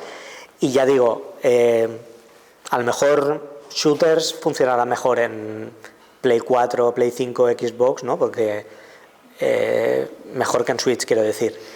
O juegos de acción, pues si son mucho más vistosos a nivel visual, pues también funcionarán más en consolas más potentes. Pero una novela visual en Switch clarísimamente. Por ahí. La primera, en el apartado visual me llama mucho la atención el contraste que tiene la protagonista con lo que suele ser el tópico de que suele ser los personajes de las chicas estereotípicas. ¿Por qué eso? Pues justamente queríamos diferenciarnos un poco de eso, ¿no? Porque sobre todo con manga, anime, ¿no? Que es lo que siempre asociamos un poco a la narrativa japonesa, siempre hay como un estilo muy concreto de personajes tanto masculinos como femeninos, y no queríamos eso para nada. O sea, los personajes están bastante estereotipados porque básicamente son un poco como parodias de esos estereotipos, ¿no? Está la deportista, están las bullies, lo que decíamos, está la chica seria, está la chica un poco más abierta, no sé, más eufórica, ¿no? Pero siempre son más complejos dentro de eso. Pero el diseño queríamos que fuera totalmente distinto a ese tipo de plantillas, porque no queríamos que nos asociaran con eso. Nos parece que en las novelas visuales, sobre todo, siempre se usa el mismo tipo de personajes. Entonces, una forma de desvincularnos, ¿no? De aislarnos y de hacerlo un poco más llamativo, fuera precisamente que fueran distintos. Y sobre todo la protagonista, Ranko, yo creo que no es un personaje para nada en este estilo. Incluso creo que es un poco, ¿cómo lo diría? Es antipático incluso, porque es una chica gruñona, siempre está protestando por todo, se deja de querer muy poco, pero las reacciones que tiene son divertidas. Entonces al final le coges cariño por eso, pero no porque sea un personaje protagonista, que sería lo ideal, sino porque la historia al final te llega a querer comprenderla y eso. Entonces el esfuerzo estaba un poco ahí y creo que ha funcionado. Entonces no tengáis miedo tampoco en eso, en hacer otros personajes distintos, porque es verdad que es arriesgado, porque a la gente le gusta una cosa muy concreta y siempre va a ir a eso, y sobre todo en este tipo de juegos que siempre van a ir buscando lo mismo. Pero si haces algo diferente y sabes cómo hacerlo, yo creo que al final la gente también responde. Y siendo ya un poco más sincero, también me parece que ese tipo de estereotipos de personaje femenino al final como que denostaban un poco a ese tipo de personajes, ¿no? Siempre acaban siendo muy planos o muy, no sé, y en cambio buscábamos algo que fuera un poco más realista o más humano, digamos. No tengo ni idea de si lo hemos hecho porque no tengo tanta experiencia ni tanta autoestima para decir sí, lo hemos hecho así de bien. No tengo ni idea, pero creo que la gente que nos ha dado feedback sí que ha apreciado que fueran así. Entonces, pues bueno, ahí está. La idea era un poco esa. ¿Y la relación entre la protagonista y la que las porque probando la demo me hizo clic instantáneamente? Ay, qué bonito. Qué bonito esto. La verdad es que fue un poco por casualidad, porque la idea original que tenía era esa, que fuera un personaje muy gruñón y un personaje que fuera un poco más afable o alegre, ¿no? Y ya está. Entonces, luego, según iba haciendo la historia, pues ya fue llegar un poco hasta ahí en el proceso. Pero poco a poco me di cuenta de que eran un poco el reflejo de la misma relación que tienen en Ace Attorney el personaje de Phoenix Wright con Maya Fey, ¿no? Que es la acompañante. Hay un problema, y es que en todas las historias de misterio tiene que haber un Sherlock y tiene que haber un Watson, ¿no? Entonces, no siempre, pero digamos que es como un poco lo que espera la gente de ese tipo de historias. Entonces, en este caso, aplicando un poco la idea que tenía con el sistema ese, pues juntando esas dos cosas, luego a la hora de hacer los diálogos sí que hubo un punto en el que digo, bueno, estoy intentando inspirarme en ese tipo de relaciones y estoy tirando demasiado hacia el Ace Attorney. Y ya casi que la mitad del trabajo fue intentar no plagiar todo eso, ¿no? Porque si lo hacía demasiado parecido, igual para eso no valía la pena, ¿no? Hacía otro Ace Attorney y ya está. Pero surgió un poco a raíz de eso. Y me alegro de verdad que digas eso porque era una cosa que me interesaba mucho, ¿no? Que la relación entre las dos fuera divertida y que el lector al final tiene que pasar mucho tiempo leyendo a esos personajes, entonces la interacción que tienen entre ellas tiene que ser divertida y tal. Que también había el miedo de que a lo mejor Ranko se mete mucho con Astrid porque es verdad, o sea, es tan gruñona que a veces le dice algunas cosas que son bastante de acoso incluso, pero quería jugar un poco con la idea de que se quieren tanto que no les importa decirse esas cosas, ¿no? El hecho de que tienen la suficiente sinceridad de poder decirse eso sin que resienta esa relación que tienen, pues ayuda a entender un poco lo amigas que son. Entonces alguna vez me han dicho, oye, aquí te has pasado un poco, ¿no? Y es verdad, a lo mejor se me ha ido un poco la mano, pero quería eso, que la relación que tienen entre ellas fuera de discuten mucho, pero en realidad son muy amigas.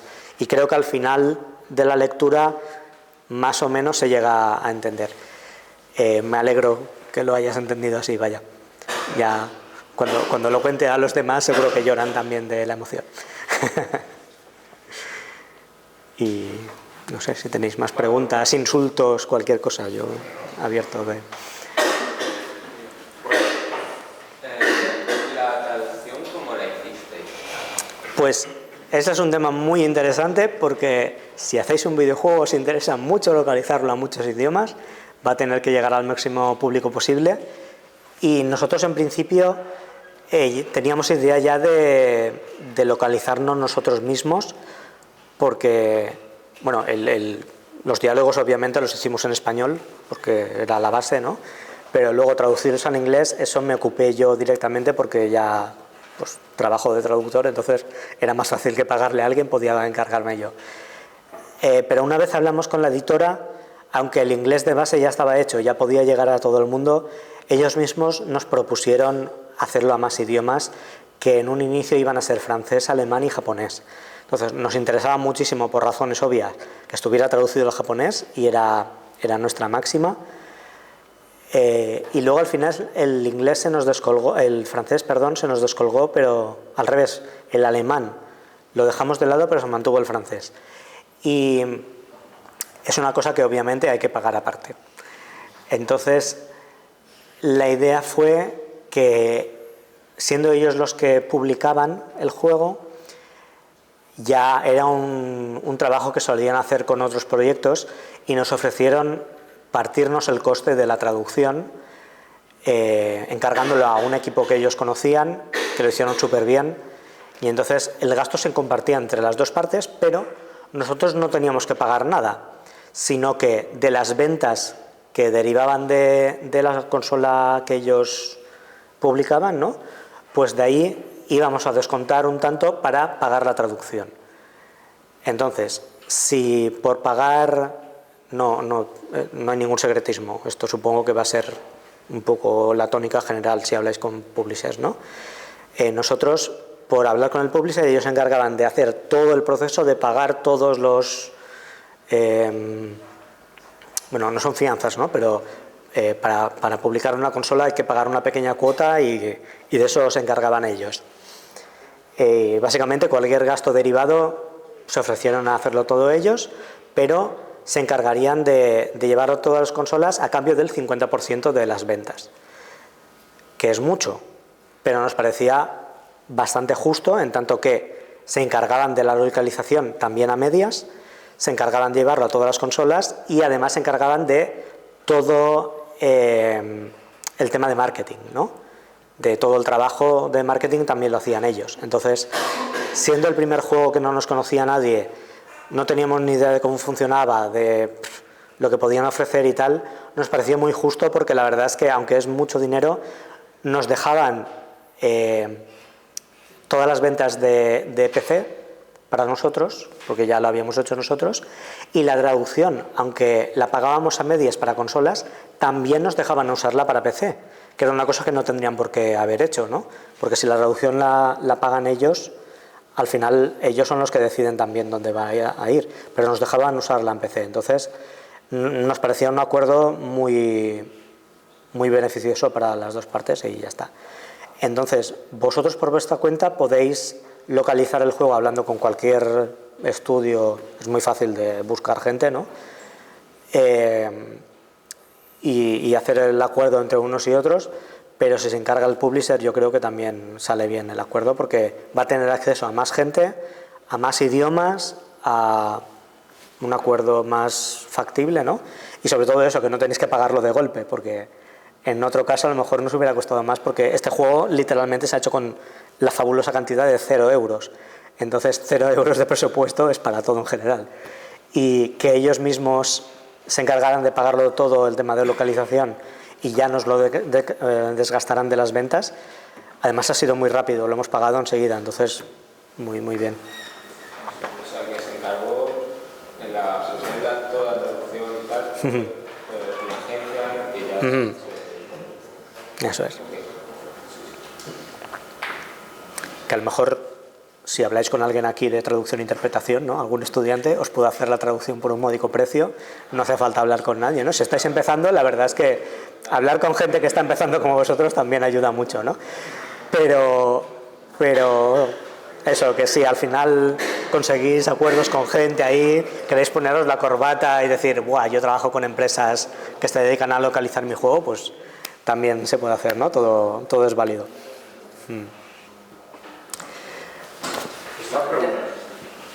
Ay, perdón, no sé quién... Sí. Justamente me ha llamado la atención cuando has puesto el logo del siguiente juego que ibais a hacer.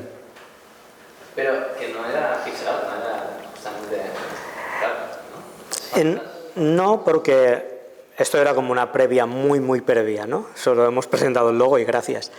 En Itch.io tenemos una pequeña demo que es como el prólogo, porque no sé por qué se me ocurrió que era buena idea presentar un prólogo aunque no tenemos nada cerrado, ¿no?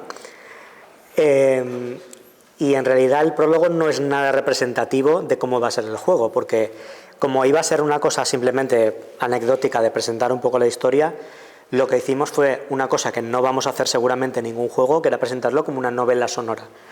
Entonces, si vais a Itch.io y lo veis, es un fondo con todo el texto y ya está. 20 minutos después de darle a la habéis acabado y no habéis visto ningún personaje porque no tenemos nada, no hay nada gráfico creado todavía, entonces no podemos hacer nada, ¿no? La idea que tenemos es que sea también pixel art para seguir la línea, pero antes le estaba comentando a Antonio y no hemos acabado justamente que lo que nos gustaría es que ahora que ya tenemos esto establecido y tenemos un poco de dinero, muy poquito, de lo que hemos ganado de este primer juego, queremos invertirlo en llevar un poquito más adelante. Entonces la idea sería mantener el pixel art, pero como si fuera una evolución un poco de consola quizá, ¿no? Si este juego es algo que hubiéramos preparado para NES, pues ahora algo que sea un poco de Super Nintendo. Entonces hacer como ese pequeño escalón. Y lo que queremos es hablar con artistas que se encarguen uno de la parte gráfica y otro del apartado sonoro y que sea un poco más profesional, ¿no? Porque esto supongo que está más o menos aceptable, pero también lo hemos hecho como lo hemos hecho. Entonces, pues eso, será pixel art, pero un poco siguiendo esta línea. ¿Qué otros proyectos que también tenemos en mente utilicen pixel art? Pues no lo sé, porque cada uno ya exigirá unas cosas, pero como hemos ido un poco en esta línea, pensamos que también el público va a esperar un poco eso y la verdad es que a mí personalmente me gustaría que fuera un poco así. Ya que estabas comentando lo del pixel art, esto es una cosa que me di cuenta probando la demo. En las opciones del teléfono hay una de las opciones que te permite cambiar el fondo que se vea. Los bordes de la pantalla el teléfono igual. Me di cuenta de que no estaba en pixel art, cuando las opciones estuvieran en pixel art. Y si es una decisión que fue porque sí o... Hay un fondo que no está en pixel art, que sí, por aquí, sí, qué majo, ¿no? Resulta que Astrid, para poner un poco de contexto a esto, ¿no? Astrid, que es la chica rubia, es muy fan de unos personajes que son los Blooming, estos de aquí, que son una parodia de unos personajes reales que son los Moomin, muy famosos en en Suecia y en Finlandia. Y esto era un poco la parodia, ¿no? Entonces, para entender qué puñetas eran los Blooming, pues hicimos esta ilustración, ¿no? Que es como un fondo especial. Pero los otros, creo que todos sí que estaban en pixel art para seguir un poco el estilo. Este, como era una cosa un poco especial, pues sí que lo hicimos en ilustración y ya está. Pero los otros, por mantener el estilo, yo creo que eran todos pixel art. Y fue una cosa un poco de última hora, porque hay algunos juegos, no de misterio, pero muy de texto, en plan Tokimeki Memorial o Pia Carrot, sobre todo muchos de corte romántico, que lo que hacían era presentar la pantalla y como eran así más alegres, tenían este tipo de fondos, ¿no? Entonces, muchas veces, aunque no sean estrictamente novelas visuales, los juegos de aventura de texto se asocian mucho con este estilo artístico, ¿no? Incluso mi sueño mágico sería hacer un juego con un apartado visual de PC 98, que eso es como la crema del pixel art japonés, pero eso ya tengo que rezarle a algún dios, y eso se basa mucho, ¿no? En hacer como un marco de pantalla y luego los bordes o todo en general la pantalla utiliza este tipo de fondos para dar colorido. Y la idea que pretendíamos era un poco, ¿no? Que fuera, aunque no fuera lo mismo, que se asociara un poco con esa idea visual. Y eso, más o menos eran así, ¿no? De otros fondos que hay, ¿no? Este así pixelado, pues asociarlos un poco a eso y ya está, por dar una nota de color también. Y ya. Sí. Yo tengo dos preguntas. Una viene en relación a lo que dijiste de que los personajes son como la base fundamental de la historia.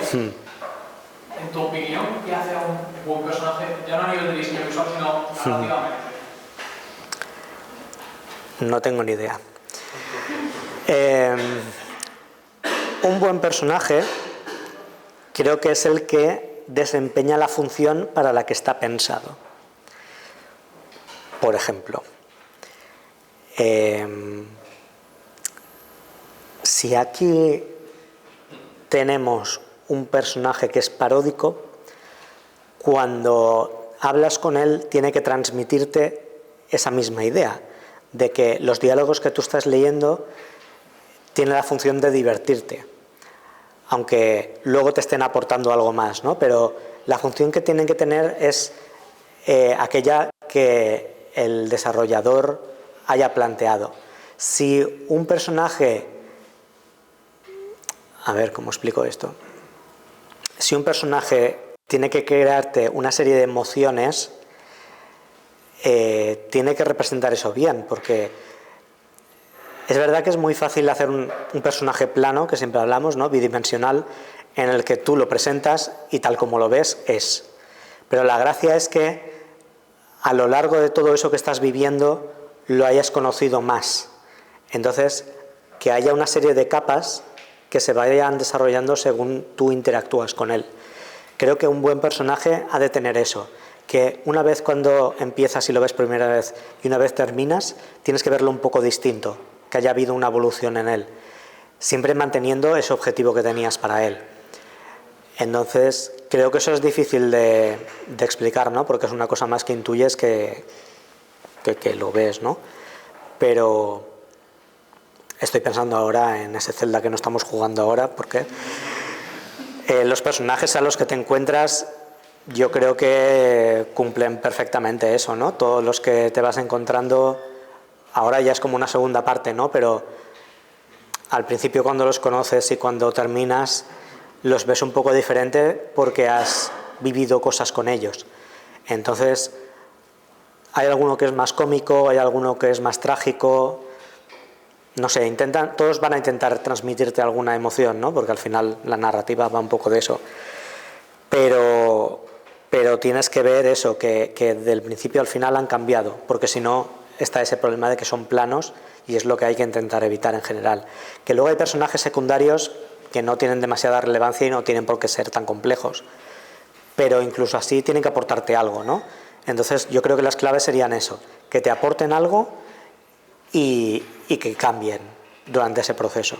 Si tienes eso, yo creo que aunque no tengas mucha idea de lo que estás haciendo, como es mi caso, pues seguramente ya tengas un personaje más o menos decente que puede... Porque además esa es otra, que una vez lo tienes a él, si creas más como él, entre ellos esa interacción los va a hacer crecer mucho. Aunque tú no hagas nada, tú los dejas ahí y ellos solos van a hacer cosas. Entonces, yo me he encontrado en la situación de que tenía claro más o menos cómo quería hacer la historia y una vez empecé a escribir me di cuenta de que ese personaje no habría hecho eso. Entonces, cuando escribo qué es lo que está haciendo, él mismo hace la rutina, ¿no? Se encarga él solo de hacer las cosas, tú ya no tienes que hacer nada. Entonces, eso es la muestra de que sí has creado un personaje interesante, porque va a tener algo que decir, algo que hacer. Y yo creo que ya está. Si una vez ya tienes claro el personaje, lo dejas ahí y ya interactúa con los otros solo, ya lo tienes hecho, creo. La segunda pregunta era una cosa que me llevo como dándole vueltas mucho tiempo y como veo que tú eres una persona que sabe bastante del tema. Me alegra haberte engañado. Gracias. Gracias por esto, sí. ¿Por qué Japón nos fascina tanto a este grupo de occidentales que viene de Japón? O vemos algo que nos gusta mucho y nos gusta Japón y nos gusta más. ¿Qué ocurre ahí? ¿Por qué? Pues es algo tan sencillo como que estamos constantemente, ¿cómo se dice? A merced un poco de la cultura occidental, sobre todo americanizada, ¿no?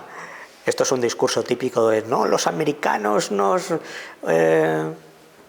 tienen controlados con el ocio, tal. Bueno, no iba por ahí la cosa, pero quiero decir, las cosas que consumimos al final están pasadas por un filtro que puede ser americano o puede ser europeo, pero siempre va a ser occidental, ¿no? Entonces, desde que somos muy pequeños hasta ahora, todo eso que consumimos pasa por ese filtro. Y estamos tan acostumbrados que cuando entra a nuestra vida algo que viene de fuera, que normalmente es japonés, pero puede ser algo de Asia en general, nos resulta tan chocante el cambio que nos fascina y queremos inmediatamente estar más en contacto con eso, ¿no? Entonces, es muy posible que si tenéis amigos a los que les gusta el manga o los juegos japoneses y tal, a lo mejor a vosotros no os interesa nada, pero algo habéis probado, porque a esa persona le gusta mucho y normalmente somos muy pesados con ese tema. Pero a poco que hayáis probado, habréis sido muy conscientes de esas diferencias que hay, ¿no? Entonces, yo creo que se trata sobre todo de eso, de que es tan distinto, incluso si ellos mismos ahora se están occidentalizando un poco, es tan distinto en ese sentido que nos fascina mucho. Entonces, es muy fácil que cualquier cosa que venga de ahí nos llame la atención y queramos meternos, ¿no?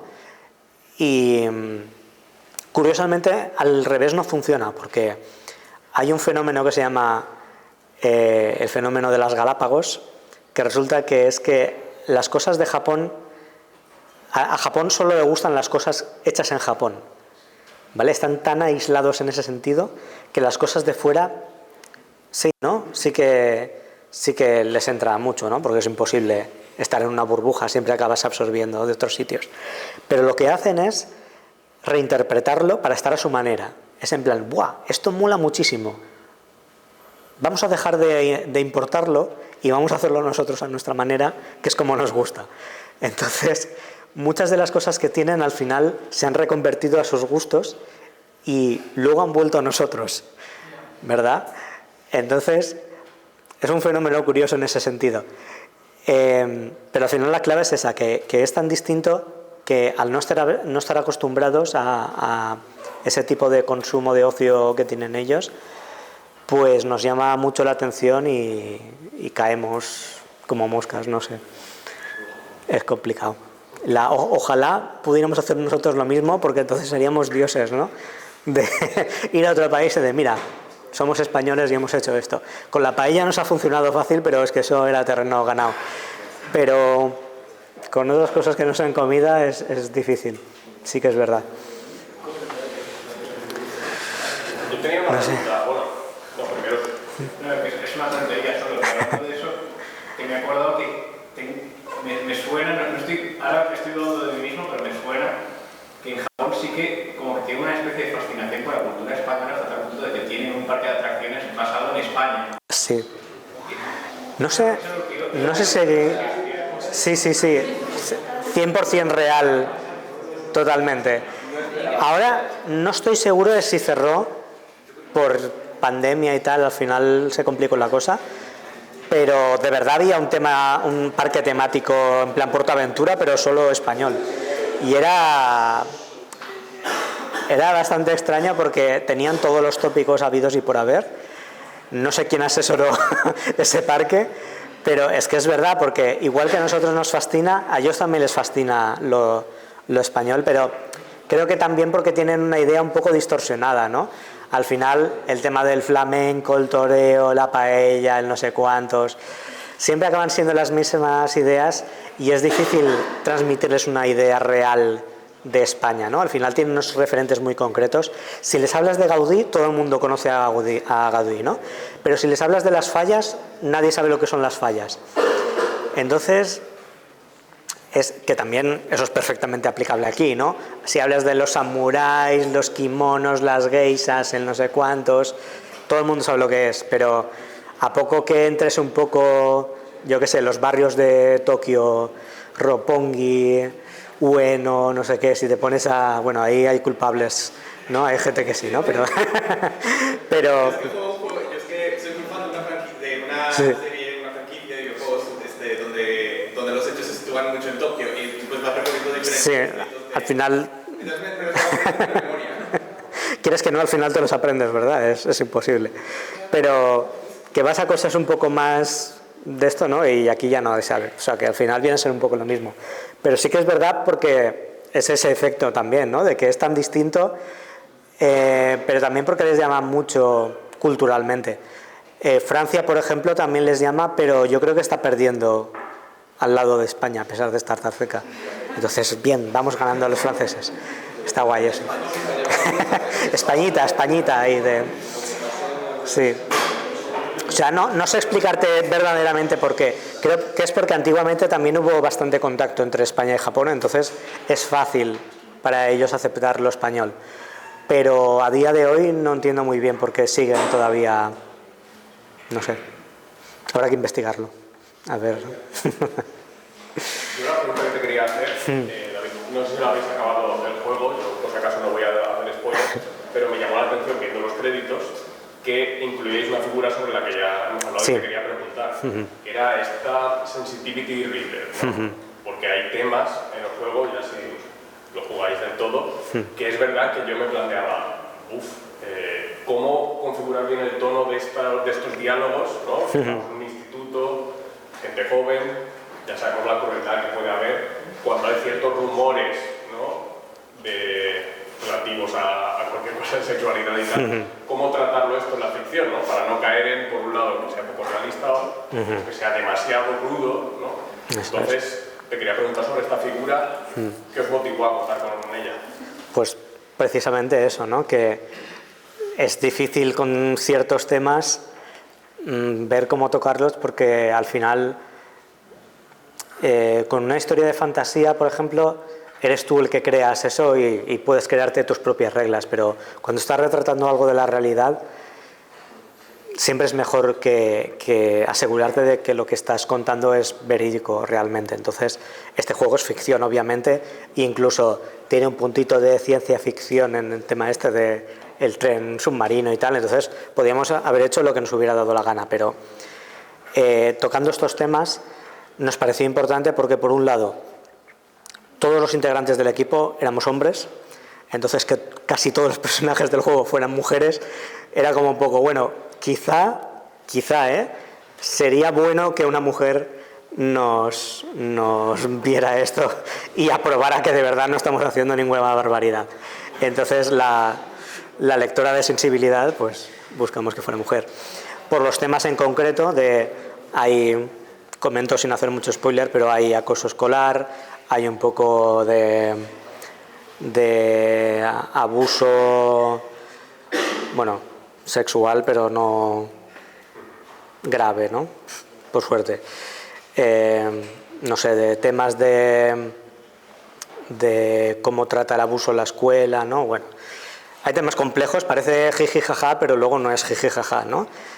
Según avanza la historia, pues pasan cosas más oscuras Entonces también era un poco de cómo los giros van tratando eso, que al principio ni siquiera era una cosa que nos habíamos planteado, pero como el tema, o sea, como el misterio se ofrecía bastante a tratar esto, nos pareció que era una buena idea también incorporarlo a la historia, porque le daba un poco más de volumen en ese sentido. Y ya una vez estaba completo, no teníamos pensado contar con una lectora, porque pensábamos que ya más o menos ya lo teníamos claro.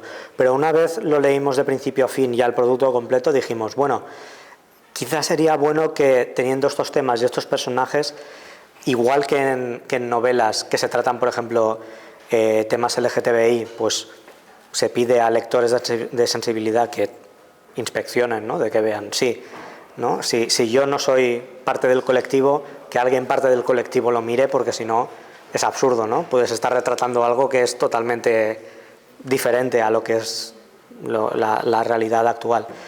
Entonces, pues más o menos era esa idea de que si alguien que conoce del tema o que está en contacto con el tema puede echar un vistazo y puede ayudar a mejorarlo, pues bienvenido sea. Y efectivamente, aunque no hubo que cambiar muchas cosas, sí que hizo comentarios que nos dijo, mira, si esto lo tratáis de esta manera, o si este diálogo lo enfocáis así, si hacéis estos pocos retoques, va a ganar mucho más, ¿no? Porque va a ser real lo que estás contando.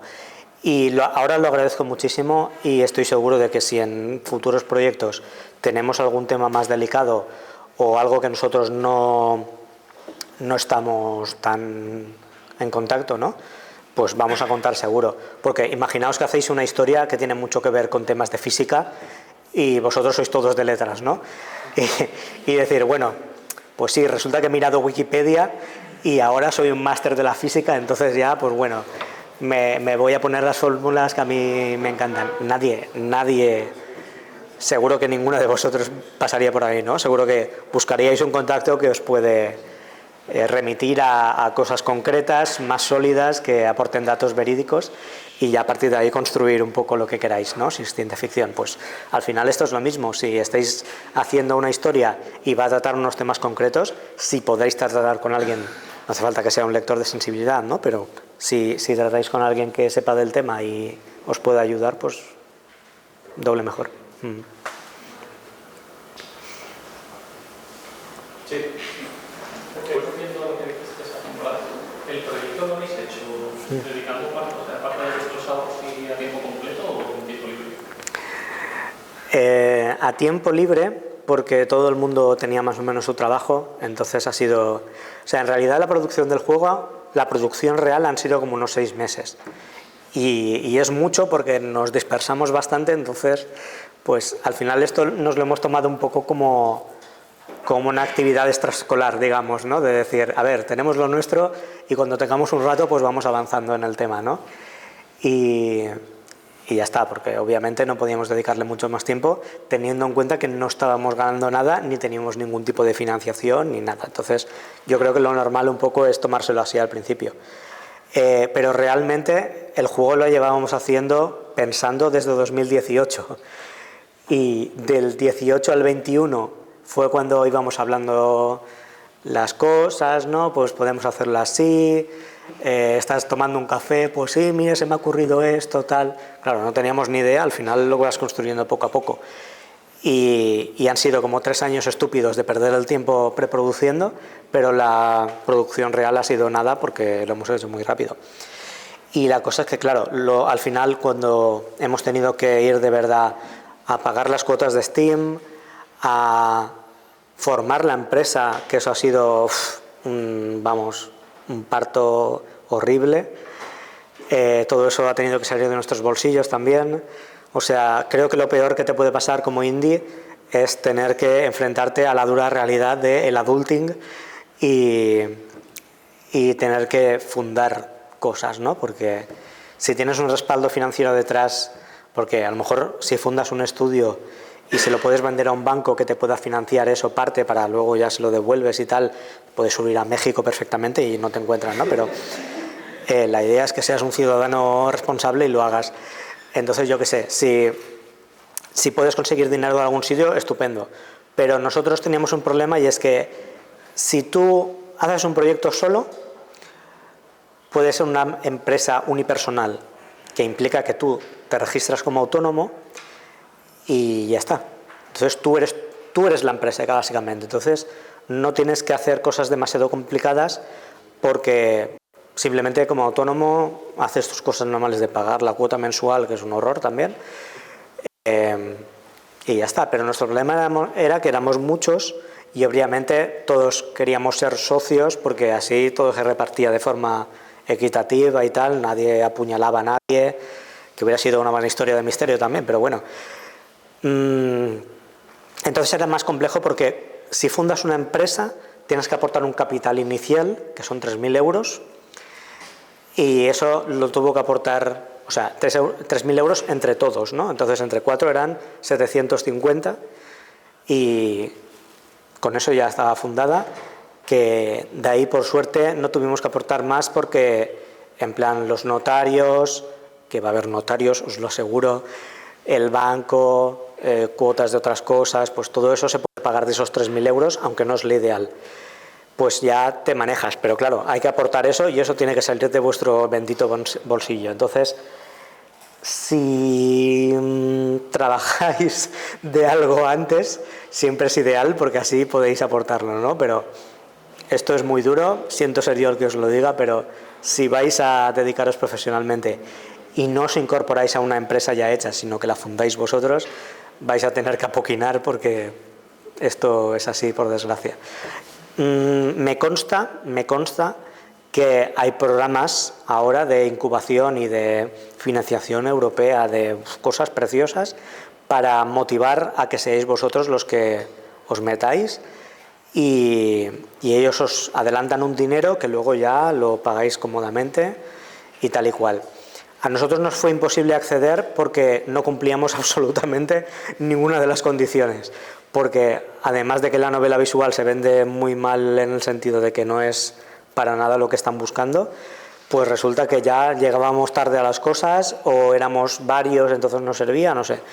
Pero hay ayudas que a lo mejor os pueden ayudar, valga la redundancia, ¿no? Eso es interesante mirarlo. Pero eso, siento que os vayáis de aquí con esta mala noticia, pero hay que pagar. Cámaras de comercio, ¿os interesa en ese caso consultar? Sí, sí. Joven, por vuestra edad, hay ayudas especiales y tal vez es el primer paso o cuota autónomo reducida. Nosotros somos todos abuelos, entonces fatal, pero vosotros, hay esperanza para vosotros y todavía os pueden ayudar. Había última pregunta por aquí y acabamos ya. No, tú me habías tratado. ¿Tú? No, vale. Pues ya es la hora, acabamos con ella, ¿vale? El tema de fundar un estudio y tal, a nivel legal, ¿cómo funciona? Que tampoco tengo ni idea. Sí, nadie tiene ni idea, es lo normal. Pues ya digo esto, hay que tener el capital, ¿no? Y entonces, a ver, que siga bien los pasos. La notaría se encarga de ir a una cámara de comercio que registre vuestro nombre de empresa y haga todo el papeleo correspondiente. Entonces, en general vosotros a nivel de gestión no tenéis que hacer nada porque para eso estáis pagando, ¿no? La notaría es la que se va a encargar de hacer el registro, de buscar todo el papeleo. Bueno, quizás sí que tenéis que buscar ¿cómo se dice?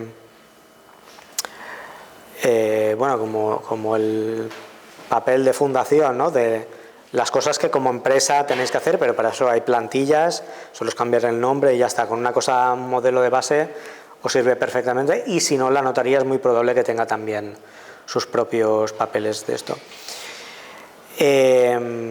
Y ya está, con eso hay que abrir una cuenta en el banco dedicada exclusivamente a la empresa, y una vez ya tenéis estos componentes, ya la notaría puede registrar la empresa oficialmente, os darán un CIF como si fuerais está la persona física, pues esto es la persona empresarial, ¿no? Y con eso ya podéis empezar a operar totalmente para que todas las facturas y emitirlas desde esa cuenta y ya está. O sea, en verdad es más el dinero que tenéis que aportar que la complicación legal que tiene, porque todos los registros van a ir a partir de ahí. Y lo que decía de que registrar el juego ya cuenta como registro oficial de la IP, la empresa como empresa también automáticamente es propietaria legal de eso, porque básicamente todos los proyectos que hagáis se vinculan a ese nombre. Entonces, aunque una persona se volviera súper loca y os plagiara con el mismo nombre y tal, vosotros podéis documentar oficialmente que sois la empresa que ha hecho ese juego, que lo habéis hecho antes porque tenéis el código y todo, y que cualquier elemento que hayan sustraído de ahí es vuestro y podéis enviar a vuestros abogados, que no tenéis obviamente, pero podéis enviarlos, y eso. Entonces, ya digo, es básicamente tener el dinero preparado para hablar con la notaría y decirles, mira, somos este grupo que quiere abrir una empresa, y ellos ya se encargan de hacer todo el entramado, ¿no? Y tener mucha paciencia, porque esto va de unos meses también.